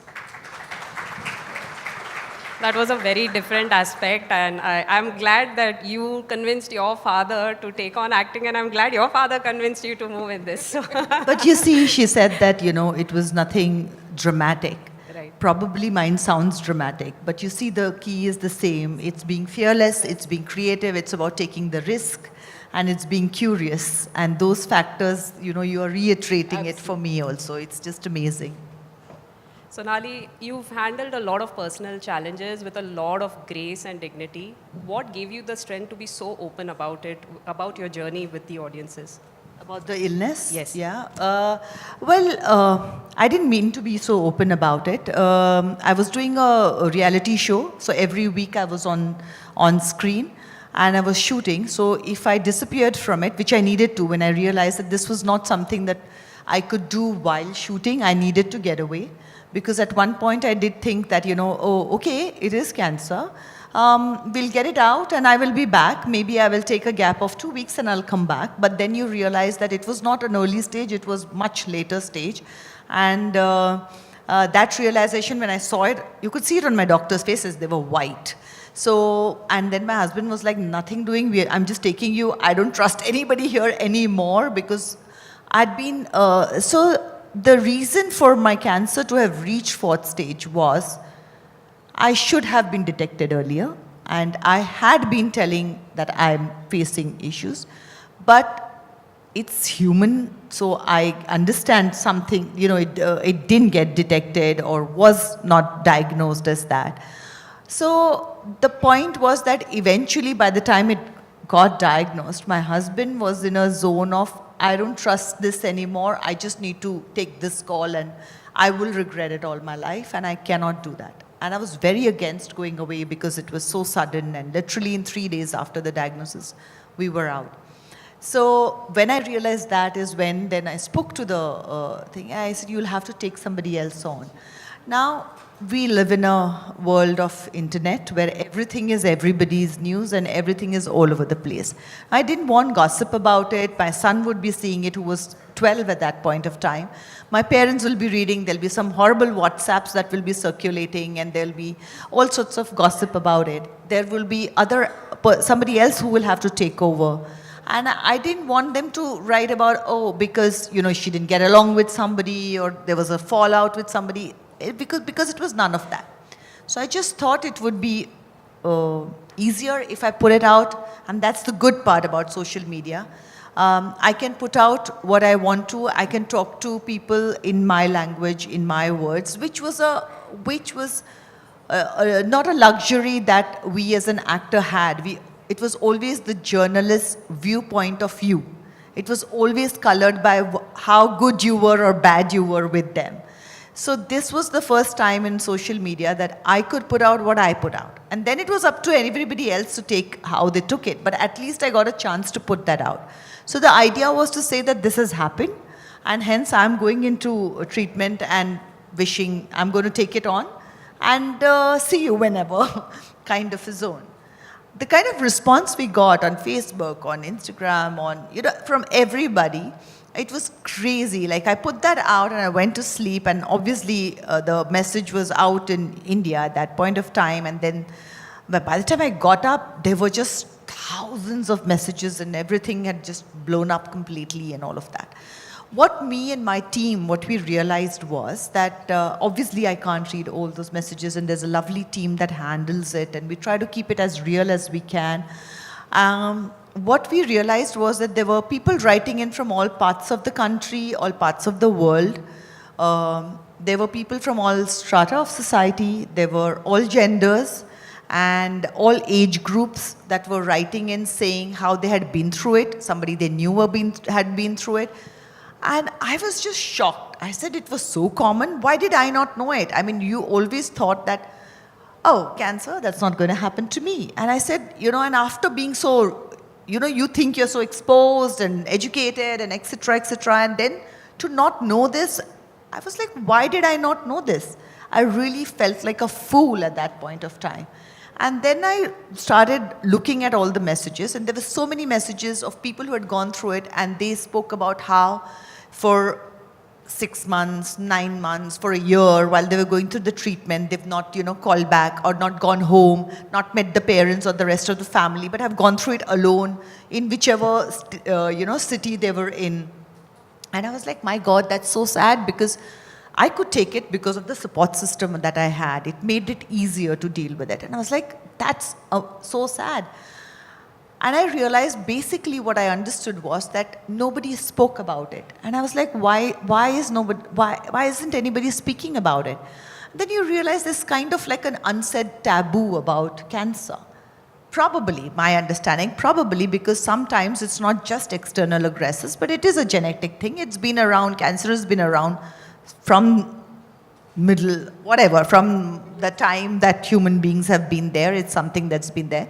So maybe it's a genetic thing and that's why you don't want to tell and, is this family has it. I don't know what that is, but I realized that this was not a conversation that was happening. So I said, okay, so I don't know how many days I have, whatever that little time is on here, how do I deal with it? Do I go into myself, go into self-pity, why me? And I'm like, you know what, I'm not going to go into self-pity, I'm not going to go into why me.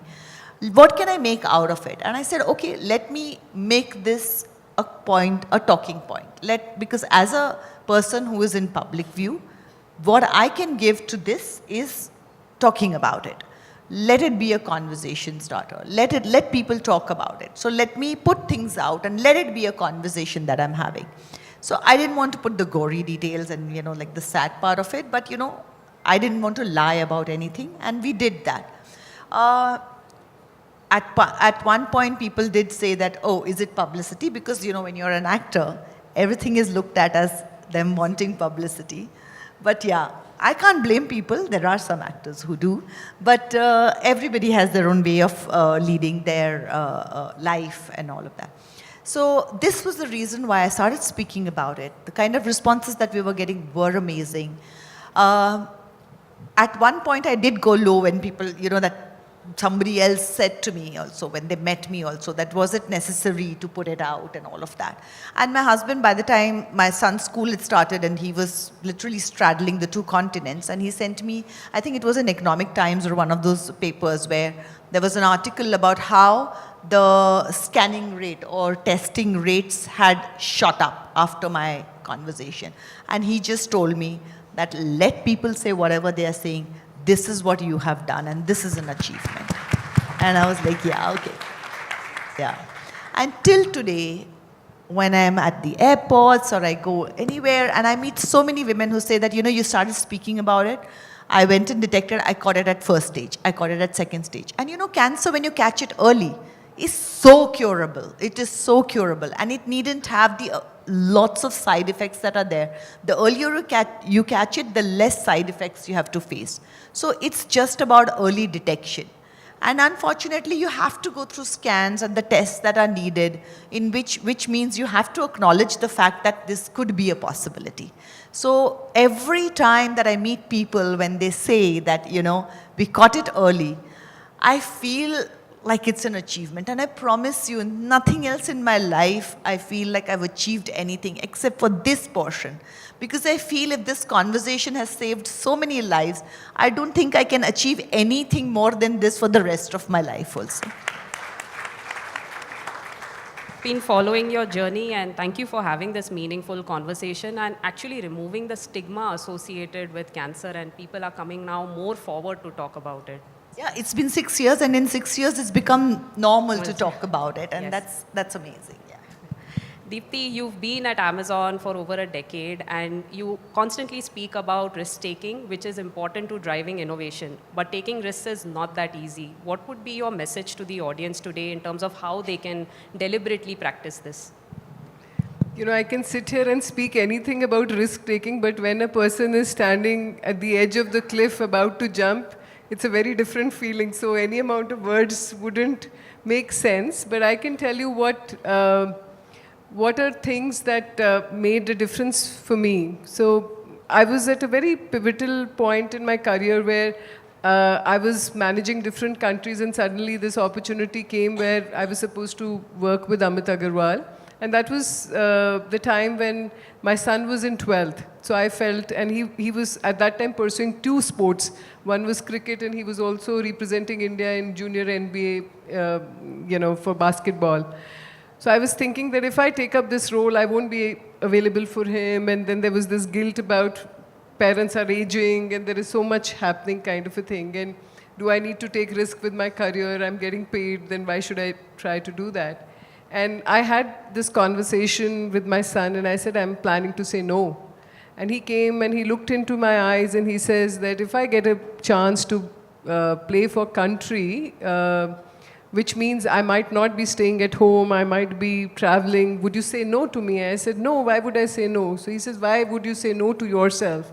And he says, before you ask me to pursue something, remember whatever you pursue in your career will be exactly what I'll pursue in my career. If you give up on your dreams, be rest assured that I will give up on my dreams. And it was such a powerful thing for him to say that to me. And I went ahead and I told that, okay, I'm going to take up this role. And I still remember I had tears in my eyes and I said, Pranav, I don't know how I'm going to do this. And he says, Mama, you know, just enroll the people who are around you. You need an ecosystem. Each of us need an ecosystem. So sometimes we feel we are these superhuman beings who can do everything, but we don't realize that it is important to take help from people around you.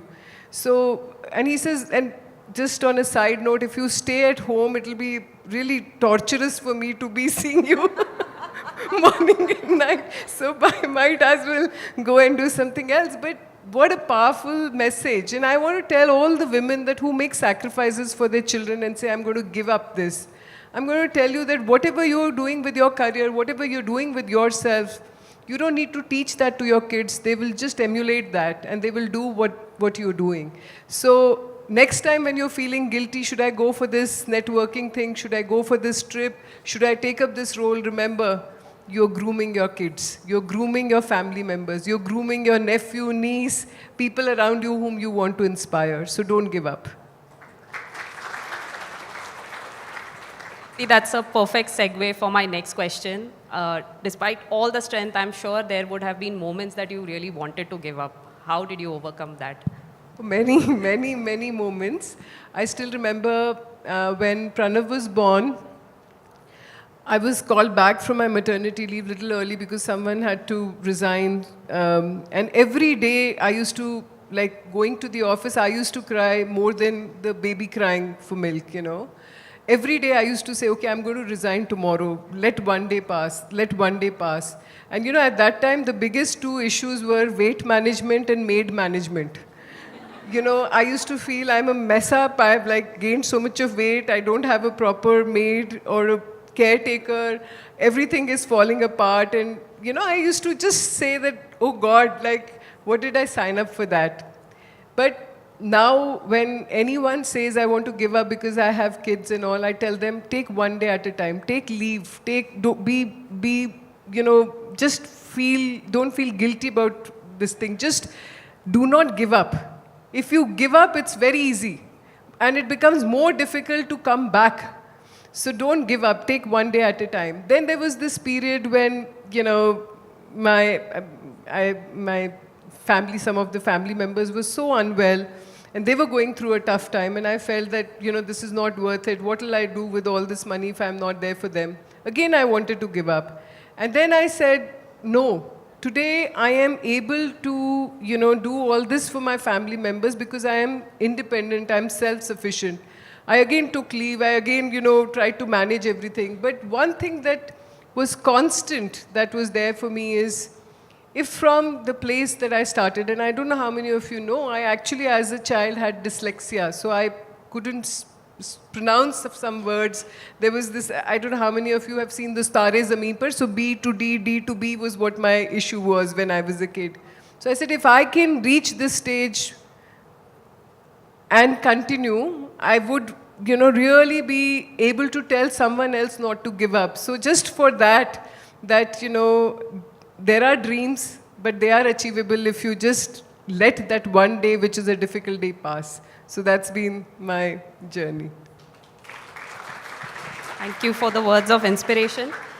Sonali, you inspire a lot of women. Has mentorship played any role in your journey? Definitely. I mean, none of us can do anything unless we've been mentored. And sometimes we realize that we've been mentored. Sometimes we don't realize we're being mentored.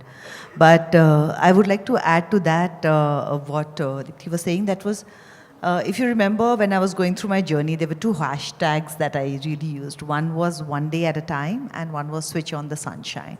And I literally lived by that. You're so right about it, because as soon as you look at the future and it starts feeling, oh my God, this is too much to deal with, you just kind of come back and say, okay, let me get through today and sleep, and I'll decide, I'll take this decision tomorrow. I will give up tomorrow. Let me go through today. And suddenly, when you keep saying that, like when, the pain got too much and everything, and I would say that tomorrow I'll give up. I will not take this medication, which is such a problem, from tomorrow. But let me just do it today. And saying that, slowly the days passed, and, suddenly you were 6 months behind, 9 years behind, and all of that. So yes, one day at a time is so, it's like a mantra to me, and it really works. Mentoring you were talking about. So there are a lot of times when you don't realize who has mentored you. But the things that I remember is that when I started, and there are certain people who kind of helped me when I started, when I was a nobody, and those are the people I always remember because they didn't need to do it.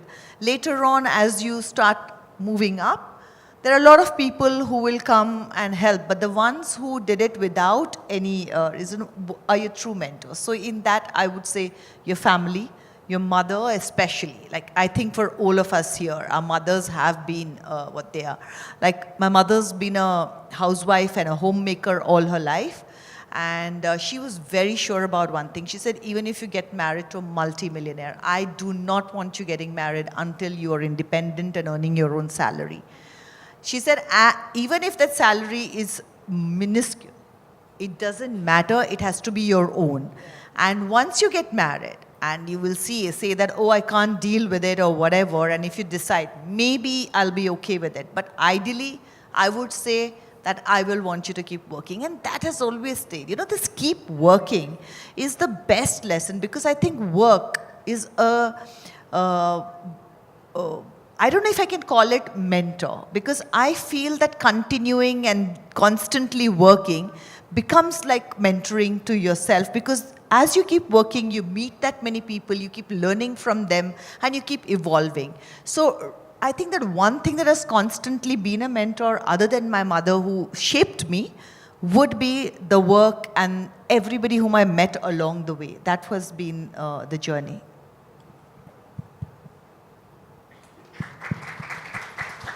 Big hand, please. Deepthi, ever since I've known you, I've always seen you display a lot of energy, but I'm sure that because of the roles that you play, both at work and at home, it would be getting exhausting at times. How do you overcome it, and what would be your message to the audience today in terms of how they can also behave in that manner?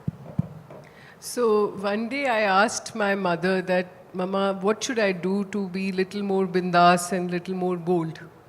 And my mother said, "Pyar karo, dil se dar nikal jata hai." For the people who don't know Hindi, fall in love and dil se dar nikal jayega. So I said, you mean I get a boyfriend? She says, no, I mean love yourself. And she says that the problem is that sometimes we are so bothered about others loving us that we forget that the first duty is to love yourself. If you love yourself, you will make time for what is most important for you. And she says, you love dancing. If you like to, take classes, just make time for it. So even now, I have someone come and teach me dancing. And I was wanting to tell you that it's not that, sometimes I look at people who are my seniors and I say, if they can manage it, obviously their role would be more complex. Why can't I manage it? It is not about the organization that you work with. It is about the mindset that you have towards yourself. If you say that this part of the day is my own, where I'm going to invest in myself, you will be able to achieve work-life harmony in whichever organization you are. If you just say that someone is asking me this, let's just go with the flow, do this, do this, do this, someone else is managing you, then it will become difficult. So the only thing I will say is love yourself. Pyar karo, dil se dar nikal jayega, about anything. I think this is a new hashtag. Pyar karo, dil se dar nikal jayega. I'm following this. Mike is... Sonali, you've made a very strong comeback despite the personal challenges. And I also have heard you speak about self-preservation in a very big way. How are you balancing that? You know, a strong comeback with the career, but also taking a lot of care of yourself. So, taking ahead from what you said, it was so important. And this is a learning that I did not have. And I realized that I soaked in the energies. I always wanted to please my family and people around me. They love you and you love them. And they don't want to kind of suck your energy. But the point is that without realizing they are. And I think this illness, and I went into therapy after that. And therapy taught me that, you know, प्यार करो और दिल से डर निकल जाएगा. Self-love was very important. It was very difficult to start doing that because I think as women, we are so conditioned to put everybody else before us. And we can say that, oh, this should not be done. But it is in our subconscious. Our first, when I see my boy, or when I see my husband, or when I see my father, there are certain things that come very naturally to them, and then you realize that their mindset is different. They don't need to worry about, oh, I need to do this. That means they will do it because they need to do it.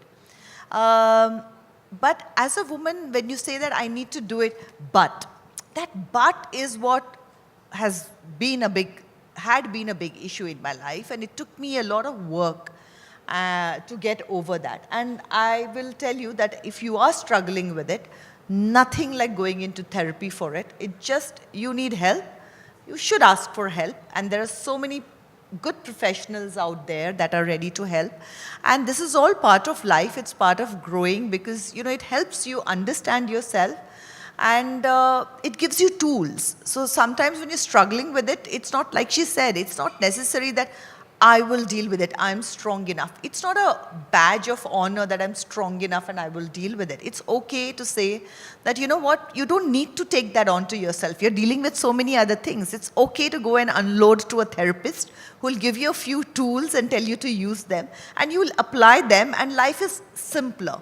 So just going along, keeping people around you, taking help when you need the help and understanding that everything, you needn't know everything and it doesn't make you any lesser or less confident. Because as women, we want to prove ourselves 4 times more because that's what the world makes us do. You have to constantly underline the fact that I'm good enough, I'm good enough. You need to underline it many times because as women, we need to do that. So that's what the therapy tells us, that I needn't underline it so much. I am good enough. And I can put that across and needn't doubt myself and move on from there. So yeah, that was a very, very important point for me. You made a very strong comeback with Broken News and really liked your character in that entire series. So what's the next exciting thing coming up for you? Amazon has me in an NDA, I can't tell you. The Amazon contracts are, my God, I think my children will have to handle those contracts after I'm gone. They're so ironclad.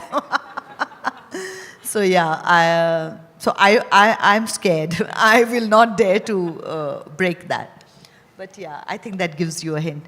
But Broken News, if you talk about also, it was a struggle. The comeback, when you say it was a struggle, because when you're healing, and when you're going through what you're going through, a lot of scripts that came, first of all, there were a couple of things that were in my mind. I did not want to go back to doing what I was doing. I was up, I had done that, I had grown up, and I wanted to embrace my age. So I really wanted to play a character that was my age. I wanted to, and the moment you talk about playing your age, there are certain, and especially when you look a certain way, there are only certain kind of roles that come to you.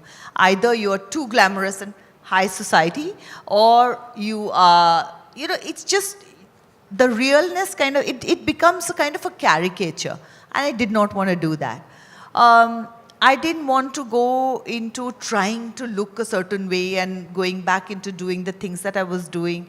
So it took a little time for me to find what I wanted to do.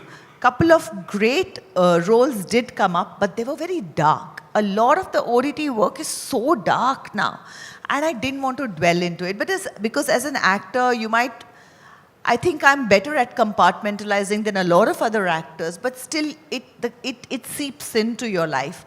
And I was like, I'm healing. I don't think I want to live with this darkness, because what you put out in the universe, what you're thinking, I think what I have learned through my illness is that your cells are listening to you all the time. Your body is listening to you. So what you say and what you think is so important. And I didn't think I had the strength at that time mentally to be able to deal with that kind of darkness. So I did let go of those. Broken News I thought was a strong character. It was an ensemble cast. It was not something I was headlining. And it took a mind shift to say that, yeah, I'm not going to, say no to things that unless I'm headlining it, I'm not going to do it. I said, no, I want to do characters. I want to do strong roles. I want to say something in the roles. So whatever gives me that is what I'm going to take. So that direction was very clear. Broken News gave me that. It was very relevant. It was something that was happening in the society. We are all living through it. And I loved the character who was strong. And at that age, she was stylish. Without being, with age-appropriate stylish. And I think in her own way, she was glamorous. And yet she was so vulnerable. I mean, her personal life was such a mess. So I loved the fact, and I loved the fact that Amina Qureshi was straddling the world of print and television, and the digital world was coming on. And, how was she adapting to it, and what were the calls she was making? So I really thought it was very relevant.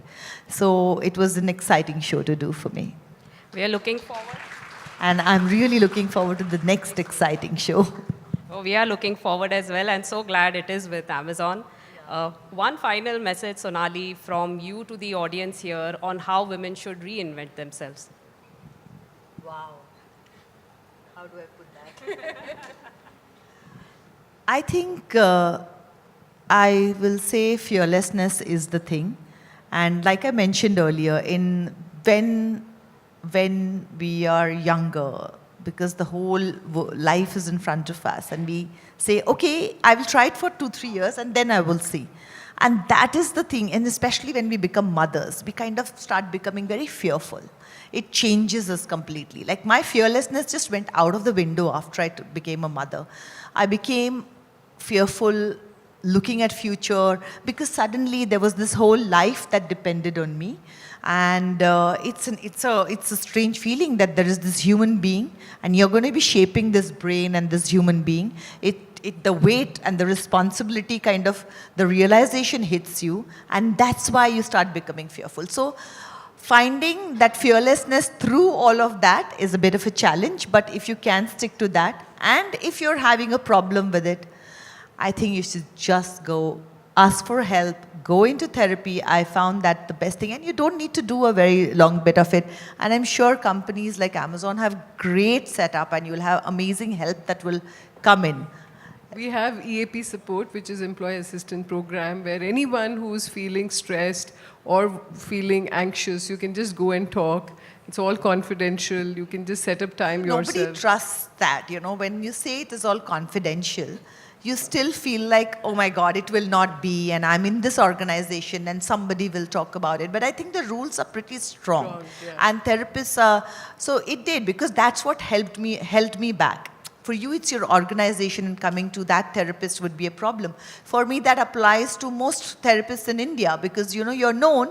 Who do you go to? They know they're going to know really the inside you, and that was very, very difficult for me to go and accept that and open up, because what if that person speaks? What if something is out there, So it was a huge call.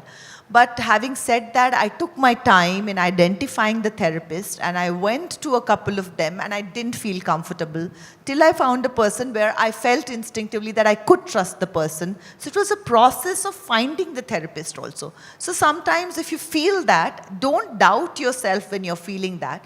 Find a therapist outside. Once you open up to a therapist outside who's not part of your organization, next time going to the therapist in your organization will be easier. So just don't let it stop you from finding a therapist. Deepti, one final takeaway from you for women who are seeking to become leaders and get into leadership positions.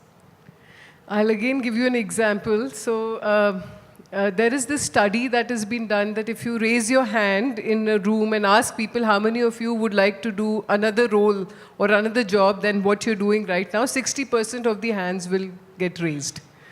That doesn't mean that my team sitting here is one of those. I'm not looking at them. But, you know, when I look at my husband's career, every 10 years he's tried to do something different.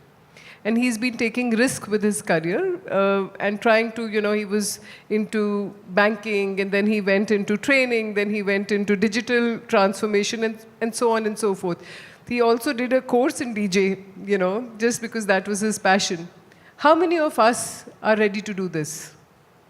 I think a lot of time we are not ready to take on something new because we are very comfortable with what we are trying to do.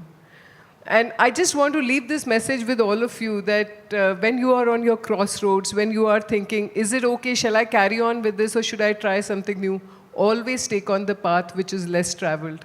It will give you nothing else but at least an experience. And we all come to this world for experiences and to create legacy. So just take on the path less traveled and you will reach where you wanted to reach. You know, sometimes we don't even know where we want to reach, and then you've reached, like, I had no idea where I wanted to reach. But you just for the, like you said, that, you know, you get bored, I need to move on. What is the challenge? Let me you know, kind of push myself a bit, and maybe it'll help me grow. In just trying, being fearless, trying the road that's less challenged. Understand, what I look back and I see is that every time that you're uncomfortable, you learn, and that has always paid back more. And that's what business tells you. Higher the risk, more the profit, and that's what it is in life also. And I think that's what would be the final thing to say. The board here says time's up. It's time's up, but thank you for the beautiful conversation. A lot of takeaways for us.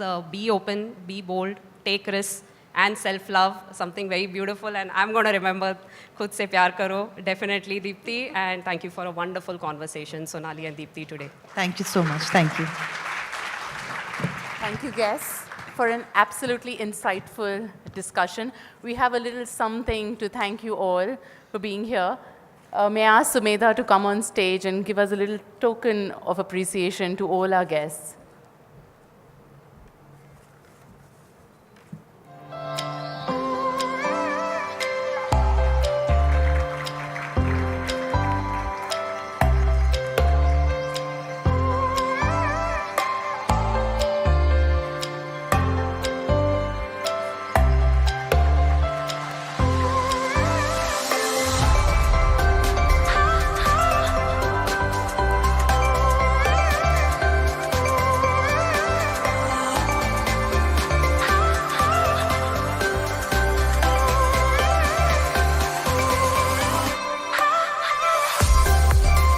Ask all the guests to stay on stage, and we have a little surprise for everyone, but we don't want you all to crowd. Just please stand up.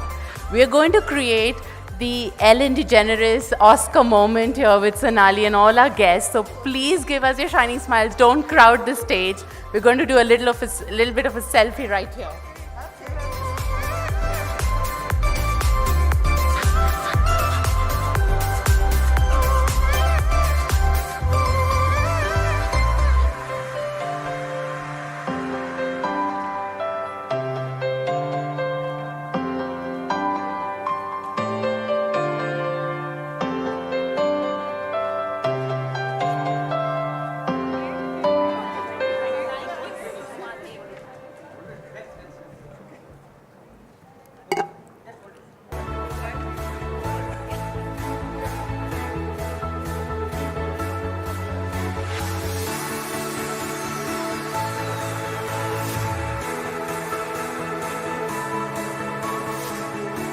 Thank you, everyone. Thank you so much, ma'am. Next up, we're going to dive straight into a panel discussion on accelerating action, building resilient careers, featuring some of our most inspiring Amazon leaders. Please join me in welcoming Gitanjali Bhutani, Director, CMT Amazon, Gitanjali joined Amazon as an SD2 in CMT in 2014 and has since worked on different areas such as optimization of algorithms, natural language processing, and automation of complex manual tasks. With 19 years in the industry, she's passionate about building automated and robotic systems to simplify every aspect of human life. Next up, we also have, thank you, Gitanjali. Can we have a round of applause, please? Thank you. Next, we have Zeba Khan, Director, Beauty, Personal Care and Luxury Beauty for Amazon Beauty India. With over close to 20 years of experience in commercial leadership, go-to-market strategy, and shopper-based design, Zeba has worked in multiple countries across Asia, Middle East, and Africa. Currently, she is the Director of Consumer Electronics for Amazon India. She also brings with her exemplary leadership skills and years of rich experience in beauty and personal care industry. Zeba, can we have you here on stage? Hi. Last but not least, this man needs no introduction because he's been up on the screen and he's our own podcast celebrity. I'd like to invite Rajiv Sharma, Director, Talent Acquisition, Amazon, on stage. Rajiv has over 22 years of experience across various specialities of human resources, talent acquisition, and talent management, and an HR advisor. Rajiv has been instrumental in sharpening the focus on talent by setting up the right mechanism to build a diverse workforce. Handing it over to moderate this session is Neha Gupta Mahatme, Director of Store Value and Gifting of Amazon Pay, who would be taking over this session. Neha, over to you. Thank you, everyone.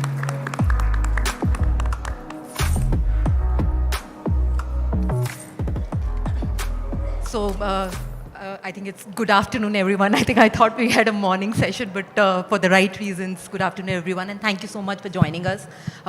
All the members in the audience, as also the esteemed panel. And of course, I do want to share we have a tough act to match after what we just went through. Absolutely. So and I'm definitely seeing a lot of missing chairs.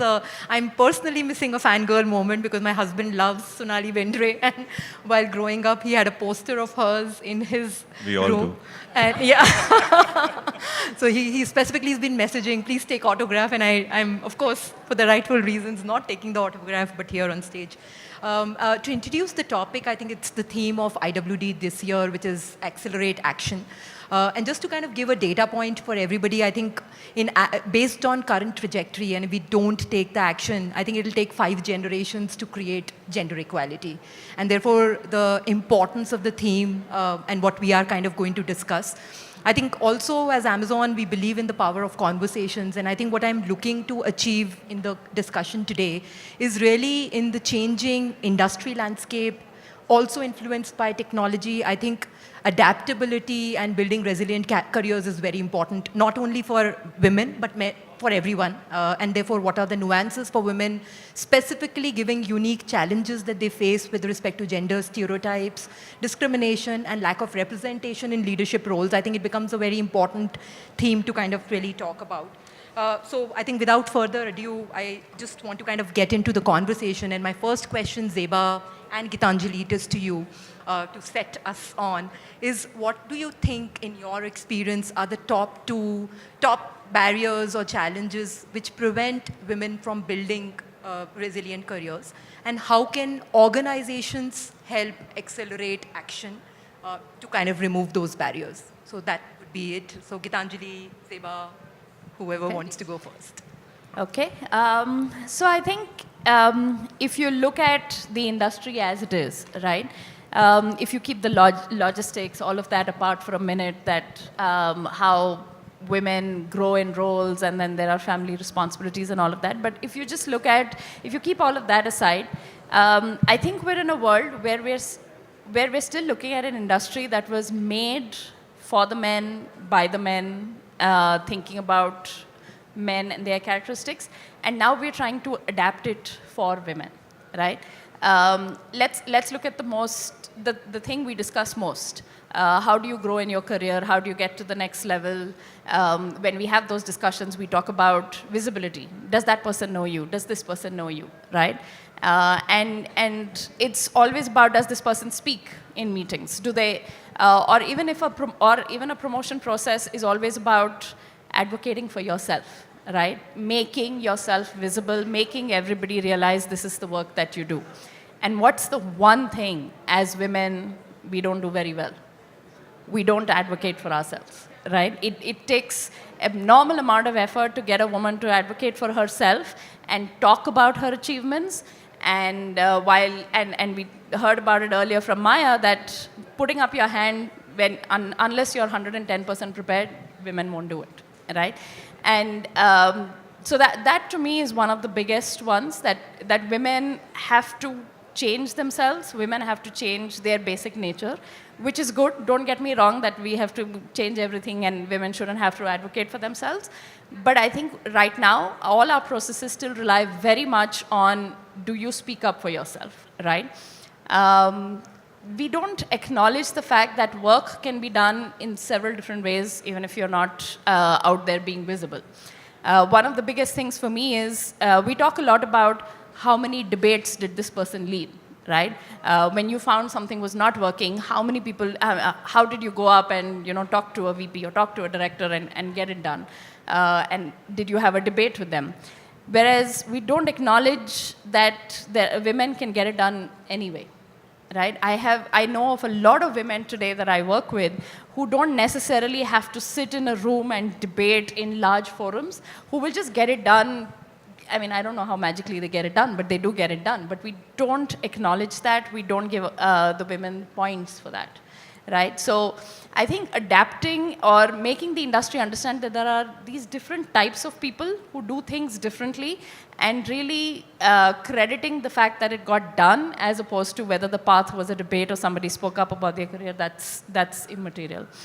How do we address it? I think as Amazon itself, we've done a lot to try and break this break this bias or break these barriers, right? To me, the biggest way to address this is to first accept that it exists. Accept that we are trying to adapt an industry that was not made for us to work for us, right? And then be aware of it at all points. So in Amazon, we follow this process of bias disruptors, right? Every time you're in a talent review discussing promotions, all of that, we have something called bias disruptors, where we make people aware that, look, these are your unconscious biases. You're not doing it intentionally, but this is what you've been taught to think. And that, to me, helps remind everybody that, you could be falling into this trap. The second is, as leaders, as women, as male allies, I think it's very important that when we see such discussion, when we see such behavior come out, we call it out. We speak about it. Are we getting too biased by somebody's visibility? Are we getting too biased because they talk very well or they have great executive presence or on one of those, right? We can only, I feel, achieve this. We can only accelerate action if all of us are aware and then we act each time we see it, so that we can make this a culture. We can change the messaging that the work we do is not just about talking about it or about visibility. Thank you, Gitanjali. Zeba, would love to hear your perspective on this. Yeah. I think two systemic barriers, I feel, basis my experience, and I also mentor women, and what I've seen with my teams in the past as well. I think the first is we have to acknowledge that a life stages that a woman goes through is different. It is just different. So you have to acknowledge it and deliberately, make a plan that goes hand in hand with career growth. I think organizations who are able to do it, I mean, it's very visible. Those who are able to do it are able to grow women, and like we all know, it's great for the business as well. So I think that's very important for organizations to do, and I think in Amazon as well, we do it. We have a ramp back program when women come back from maternity, but I think supporting policies around that and managers deliberately being part of that journey and helping, I think is very important. So that's the first one. I think the second systemic barrier is more unsaid, but I feel like there is some level of stereotyping that certain kind of roles only men can do, certain kind of roles women can do is just a stereotype, and like you said, it's probably a unconscious bias. It happens across organizations. It's been happening. I think our role as leaders is to make sure that we keep interrupting those biases when we ourselves are in that position to make those decisions. We drive that consciousness and awareness of this bias.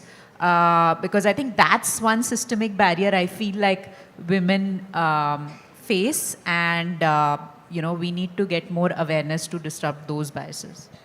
Thank you. I think that makes me move to the second question, and which I think, Gitanjali, you did cover, that I think women often hesitate to advocate for themselves.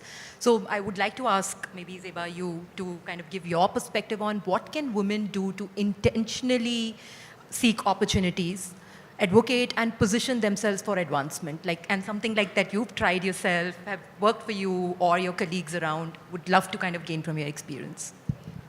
Yeah. I think first things first, it was kind of referenced in the previous, the lovely panel discussion that we had before this. I think first it starts with self-belief. First, we ourselves have to be that fearless person and believe in ourselves that we are ready to take that risk and we are ready to raise our hand. So if we don't believe in ourselves, nobody else will. I mean, my starting point is always that. So that's point number one. I think the second thing is, even before self-advocating starts, and like you said, right, if you want to be very deliberate about your career and that's what matters to you, then I think it's very important to also be aware of how things work in the organization. I often find, women tend to go into the shell and assume that the whole universe will sort itself out and things will happen. I think it doesn't work that way. You have to be aware of how things work, how are roles being decided, what are the skills being looked for, and then you position yourself. But first that you need that clarity to be there, and it requires effort. I think it's also fair to say that women need to also put in that effort to be deliberate about finding out about those things, and often people, give it sometimes a very negative connotation, if I may, like you're politically aware and things like that. I think it's important to be politically aware. I mean, whether you participate or not is different, but you need to be aware of how the organization works. So I think that's the second step. And once you know that, then obviously use your mentors, to bounce off your candidature, understand, meet more senior leaders to understand what they're looking for. I think this is the pre-work required even before we get to the, self-advocating. And honestly, on self-advocating, I mean, I feel like if you're just being yourself, I don't think it's needed. We just need to believe in ourselves, be ourselves, and I think it should work. That's my personal experience. So can't agree more. I think, Zeba, and the key message is like being organizationally aware. I think is a very important message, because sometimes what happens is we assume things that, the leader don't believe in me and therefore not giving the opportunity. I think what we don't do as effectively is that to raise our hand and to say, I would like to try this. And that's really, sometimes it's lack of confidence, sometimes it's the fact that I think Sonali talked about fearlessness, that you worry that, will I be able to do this along with all my responsibilities to some of that point. So sometimes,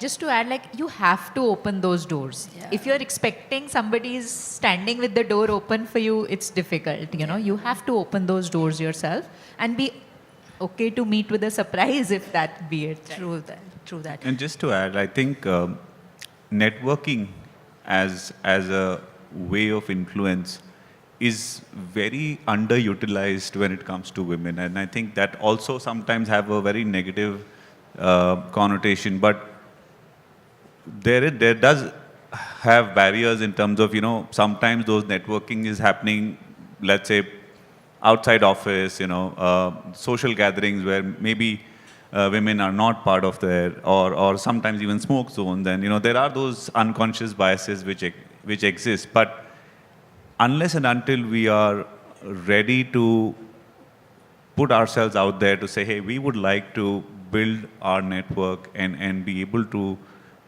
build our area of influence just beyond our own teams. I think that's really important, right? A lot of times I've seen women trying to operate within their area of influence, which is restricted to their teams. Going out there beyond just your line of sight is very, very essential to be able to build broader perspectives, more connections, and that unlocks a lot of doors, in my view. I think, again, a very pertinent point, Rajiv. Thank you for bringing in. I think the data says only 39% of women in India in the corporate sector have mentors, actually, and the 61% of women are looking for mentors, but I think are unable to find one. It could be because I think they actively don't look for networking, or, of course, there could be seriously those challenges with respect to lesser representation amongst leadership roles. So those are critical areas that I think we'll need to reflect. So now that you are in the conversation, I was trying to bring you in the conversation. So, and I want to talk about allyship, because I think in the accelerating action, allyship is a very important aspect. What do you think are ways men can be good allies? And follow-up question to that also is, Rajiv, what do you think we can do to engage and inspire more men to kind of come forward for allyship? Yeah.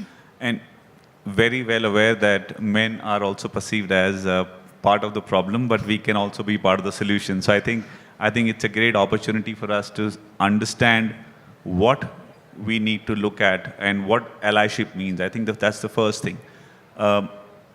Allyship is about speaking about somebody when that person is not in the room. You know, you call it sponsorship, you call it allyship. Are you constantly advocating for your colleagues, be it women, especially women, because they don't do it themselves as much, like you mentioned, Gitanjali?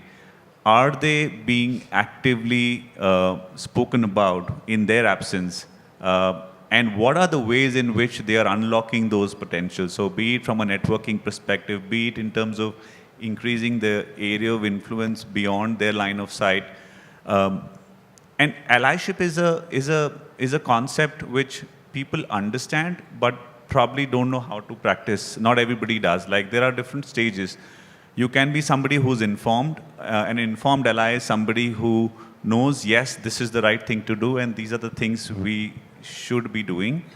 Then there is somebody who's an active ally. An active ally is someone who's really happy to mentor only if asked. Like, they will show up when asked. They have all good intent, and sometimes they are not very structured around it. And then you become an advocate. And the last stage of being an advocate is where you are living it in every aspect of what you do. So be it if you're on team meeting, making sure that there is no unconscious bias. Do you have the bias disruptors? Do you ensure that you create space for everyone to express their views, and ensure that the decision making, especially the decision making, sometimes tends to be more, I'd say, indexed towards a few men trying to take the decisions, and making sure that you create that space for those important decisions to be included for the entire group, especially women, and asking their perspectives. So being an advocate is where you want to be, and there are different ways in which you can do it. Of course, you can go in and understand more about how I can be an ally. But I think it's also about making sure that you're not making any assumptions. Sometimes we, as men, we make assumptions on behalf of women. And I think that's where we go wrong. It is important for us to do active listening. Understand, seek to ask, and understand what is it that you need help on before deciding for themselves. And sometimes it's for all good intent. There are people in the room who would come and decide, okay, we need to do something about this particular problem. And even if it is about, let's say, promoting more women within the organization, but we are deciding for them without asking them.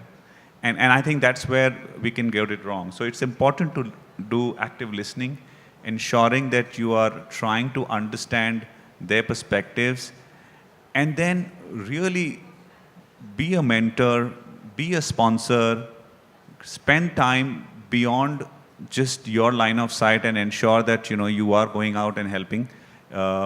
I think those are some of the ways in which they can at least initiate and begin their journey as an ally.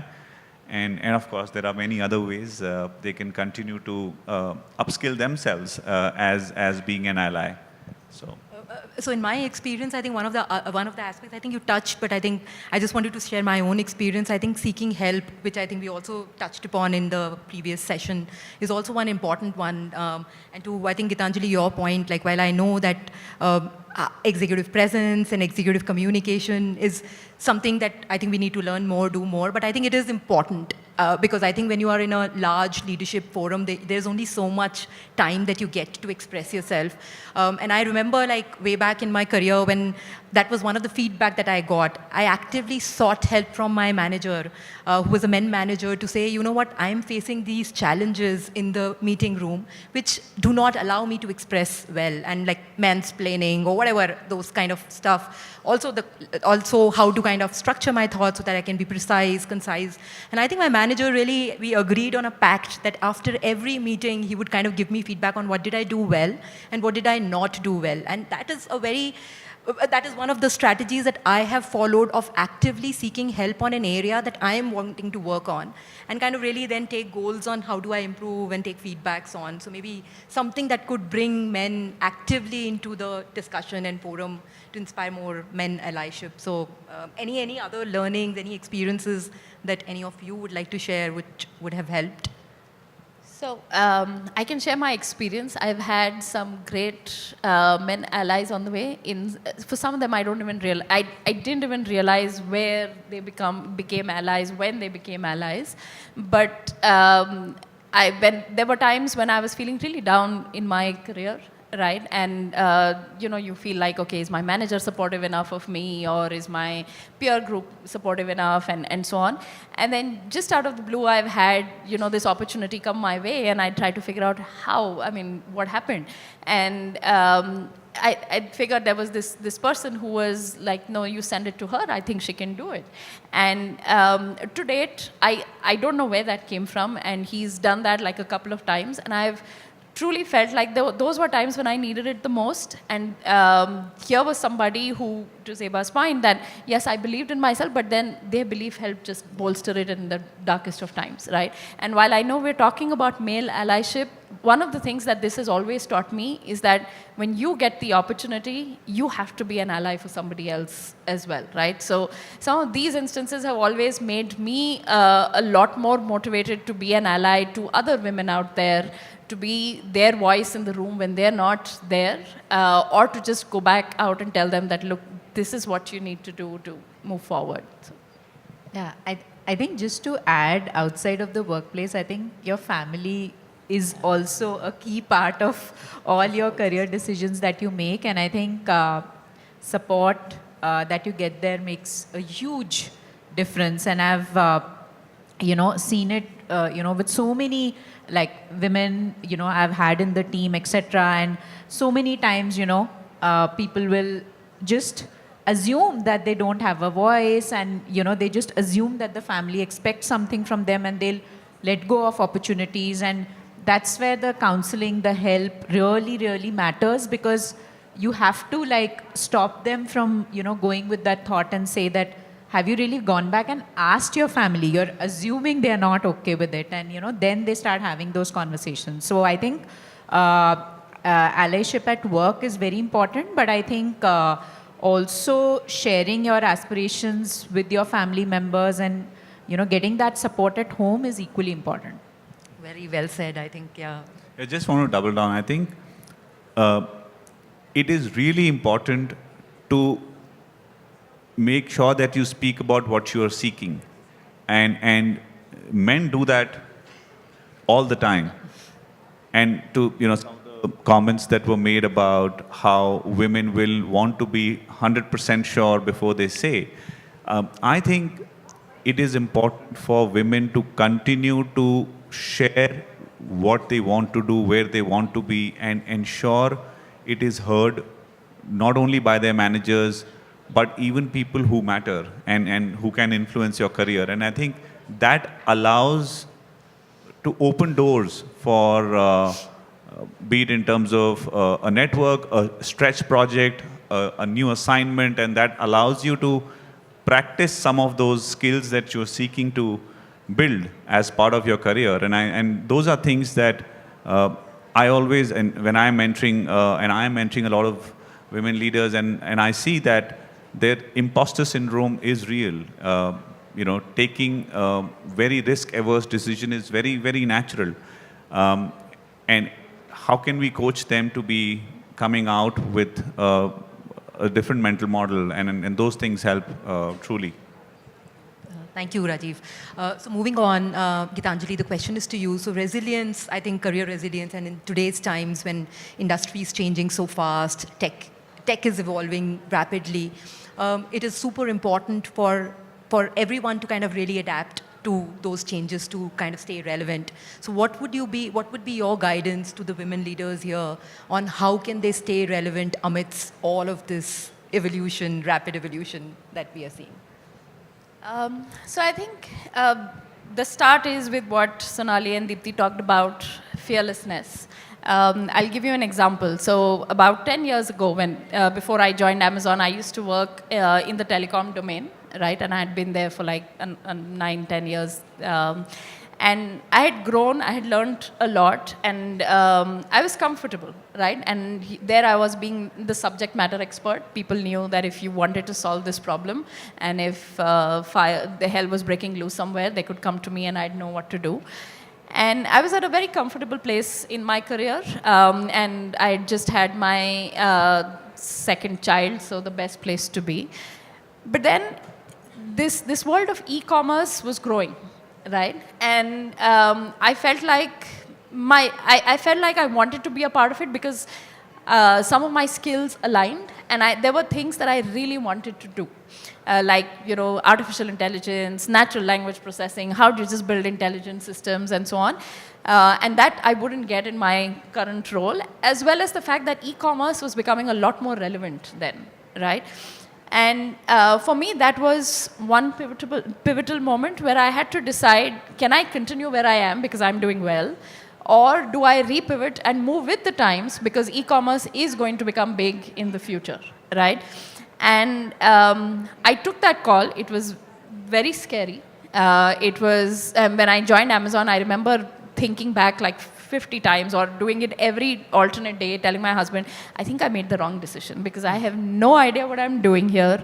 And I have so much learning to do. How can I do it with my little child at home, right? But did it nonetheless. So I think this part is actually common between men and women. Never be fearful of repivoting yourself. Actually, look out for opportunities when you've gotten too comfortable. Is there a chance now to repivot yourself to move with the times, right? Gen AI is growing right now. All of us want to get there, but a lot of us are also scared that, can I do it, right? I think that part, each time you have to tell yourself that if I don't do it now, 5 years, 10 years down the line is going to be too late. Nobody's going to want me on that bus, so I have to get on now, right?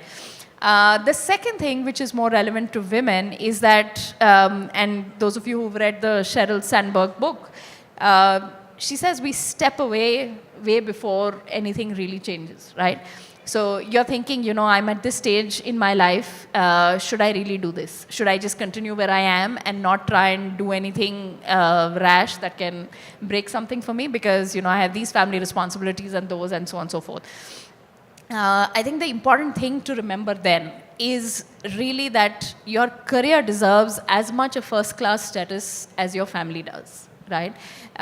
In all of the self-love we discussed earlier, I think what we as women do is we put family first, everybody else who depends on us, then we put our careers, but then we're always making these trade-off decisions that to move this ahead, I can give up on this, right? Or I can give up on some part of this. Maybe I don't want that promotion because it will give me more responsibilities which I can't handle. I think that is mindset we have to change. Your career deserves first-class status, and we have to start giving it that. And the third is, not all of us are lucky enough to not have a break in our career. Sometimes circumstances force you to take a break, right? But at that point, you have to remind yourself that this is temporary only, right? Have that pact with yourself. I'm coming back in 6 months, 1 year, whatever that time frame is. Have that pact with yourself and then stay abreast with the times. That has to be done, again, both men and women, but as women, sometimes we find ourselves more in those situations where we have to take a break or where there's no recourse, right? And in those situations, you have to just do that. I have to stay relevant because it's really hard to come back. Technology or the world changes every year, right? It's really hard to come back, and you have to make that easy for yourself.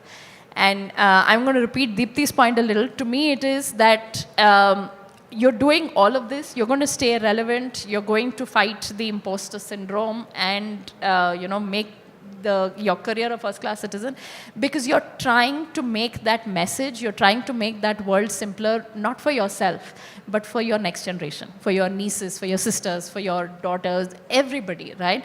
If you make this resilience a part of their vocabulary now, when they go out there 5-10 years later, I don't think they will be worried about this aspect at all.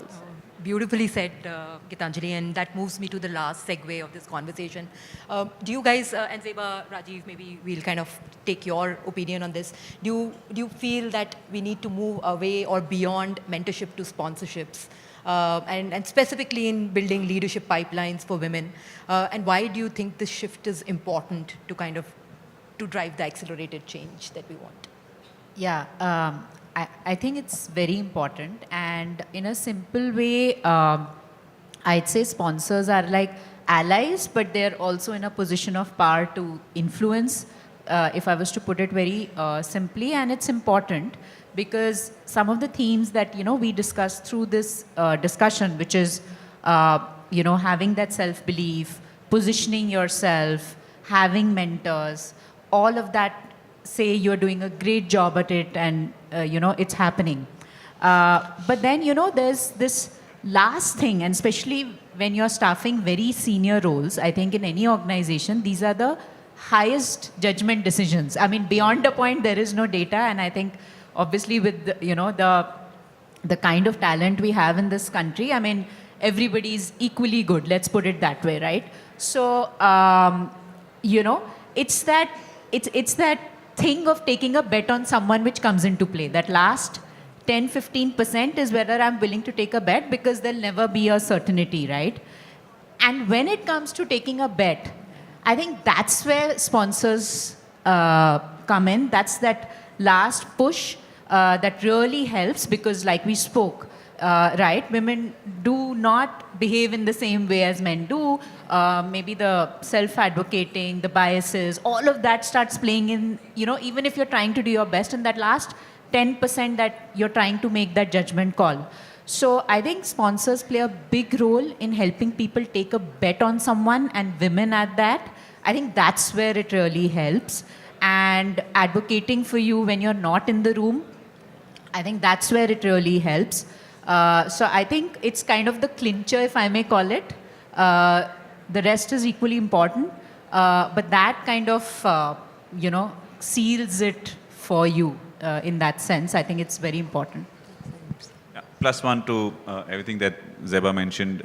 Mentoring is more one-to-one to be able to get different perspectives and mental models on if there are issues or if there are problems that you're trying to solve.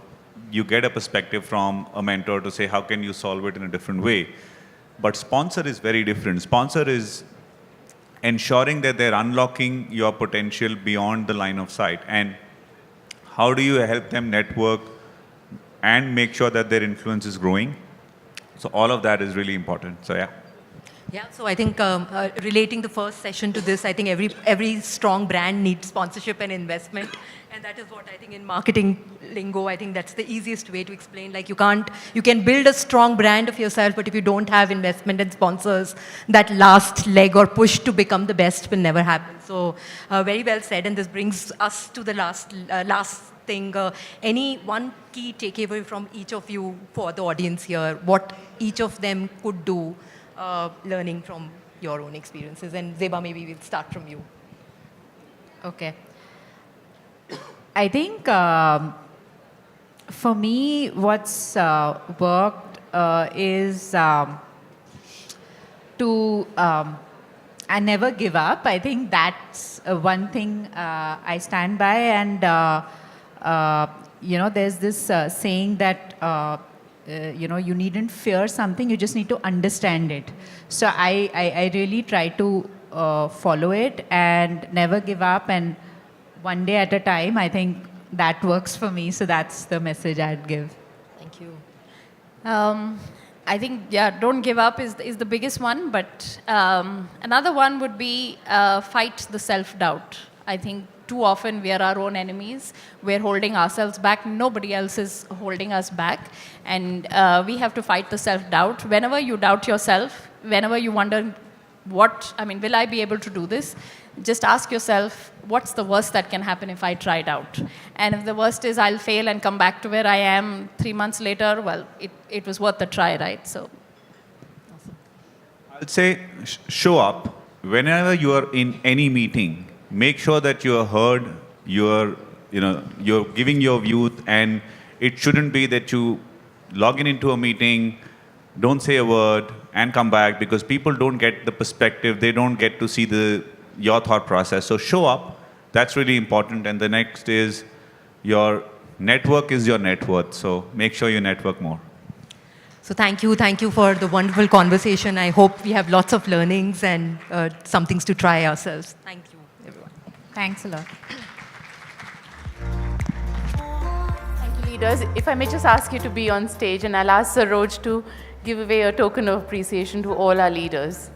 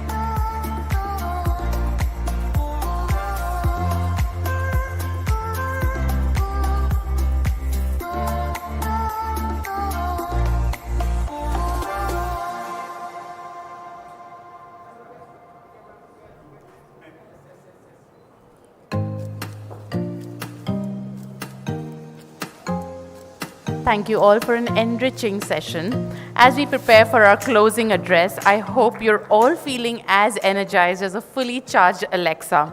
Over to Alex Joseph, Director HR People Experience and Technology, Amazon, for the closing address. Thank you.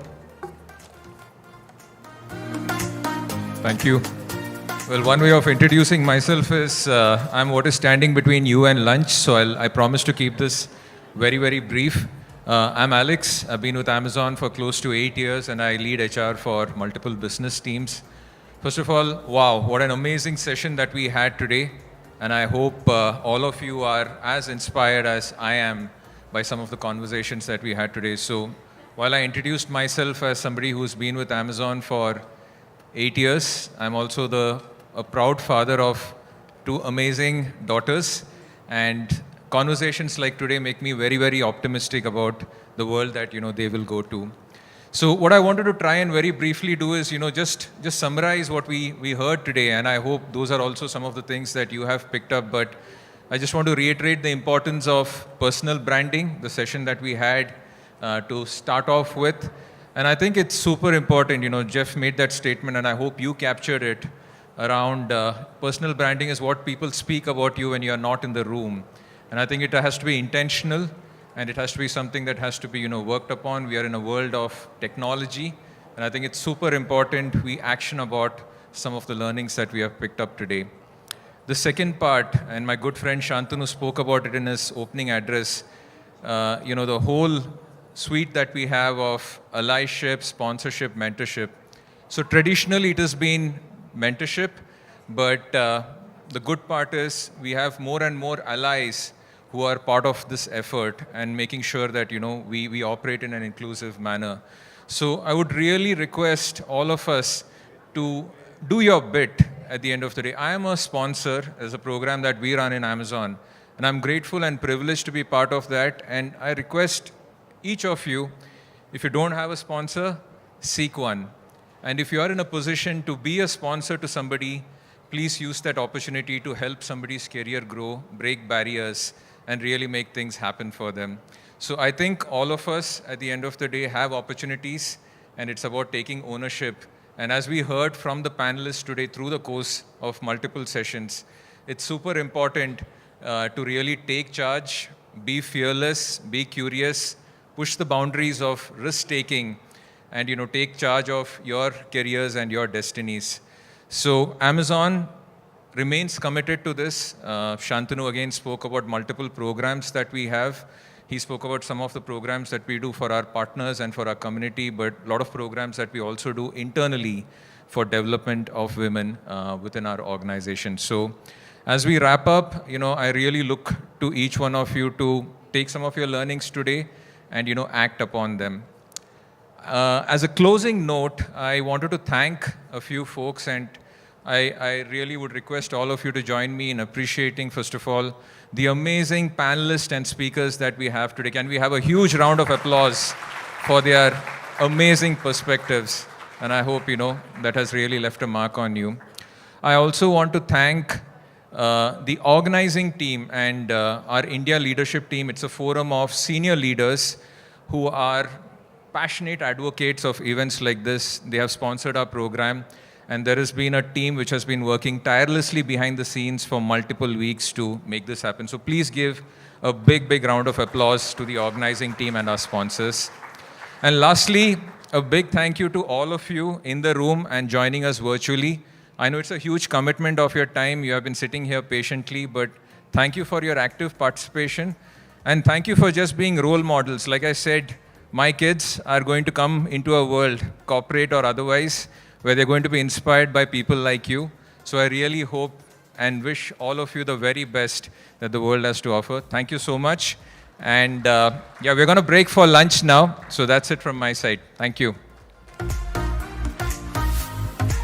Thank you, Alex. We have a little something here for you.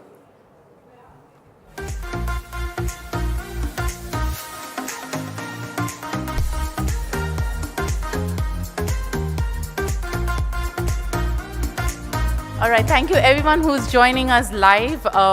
Thank you for your patience and your time.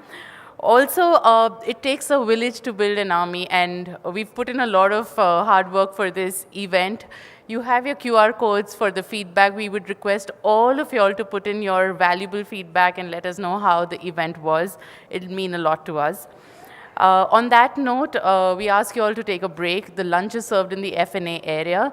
And for all the external candidates, we would like you all to come back. We have an exciting speed mentoring session planned for you all, post which we will begin your interviews. So please take that break for about 60 minutes and we'll see you right back. Thank you so much and have a great day, everybody. Here's me signing off today. Thanks for watching.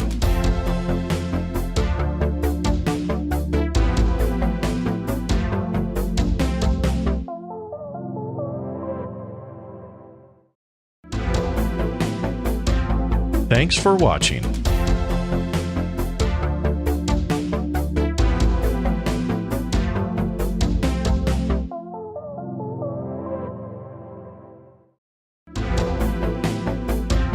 Thanks for watching.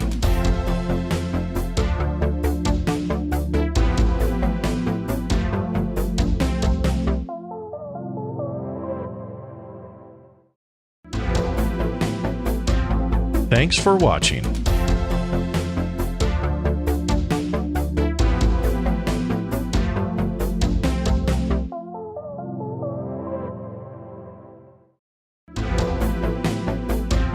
Thanks for watching.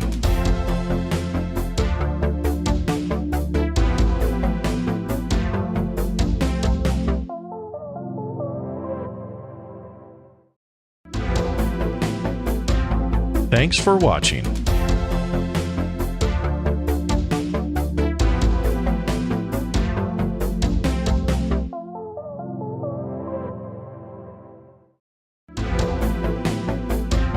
Thanks for watching.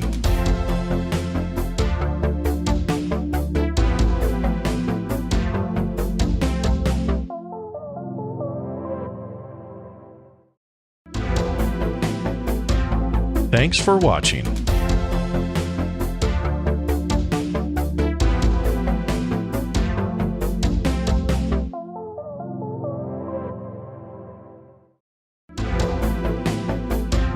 Thanks for watching.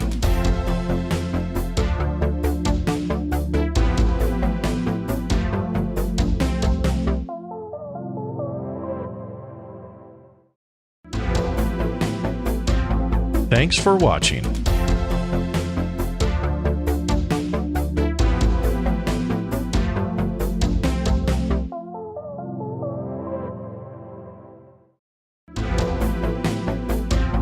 Thanks for watching.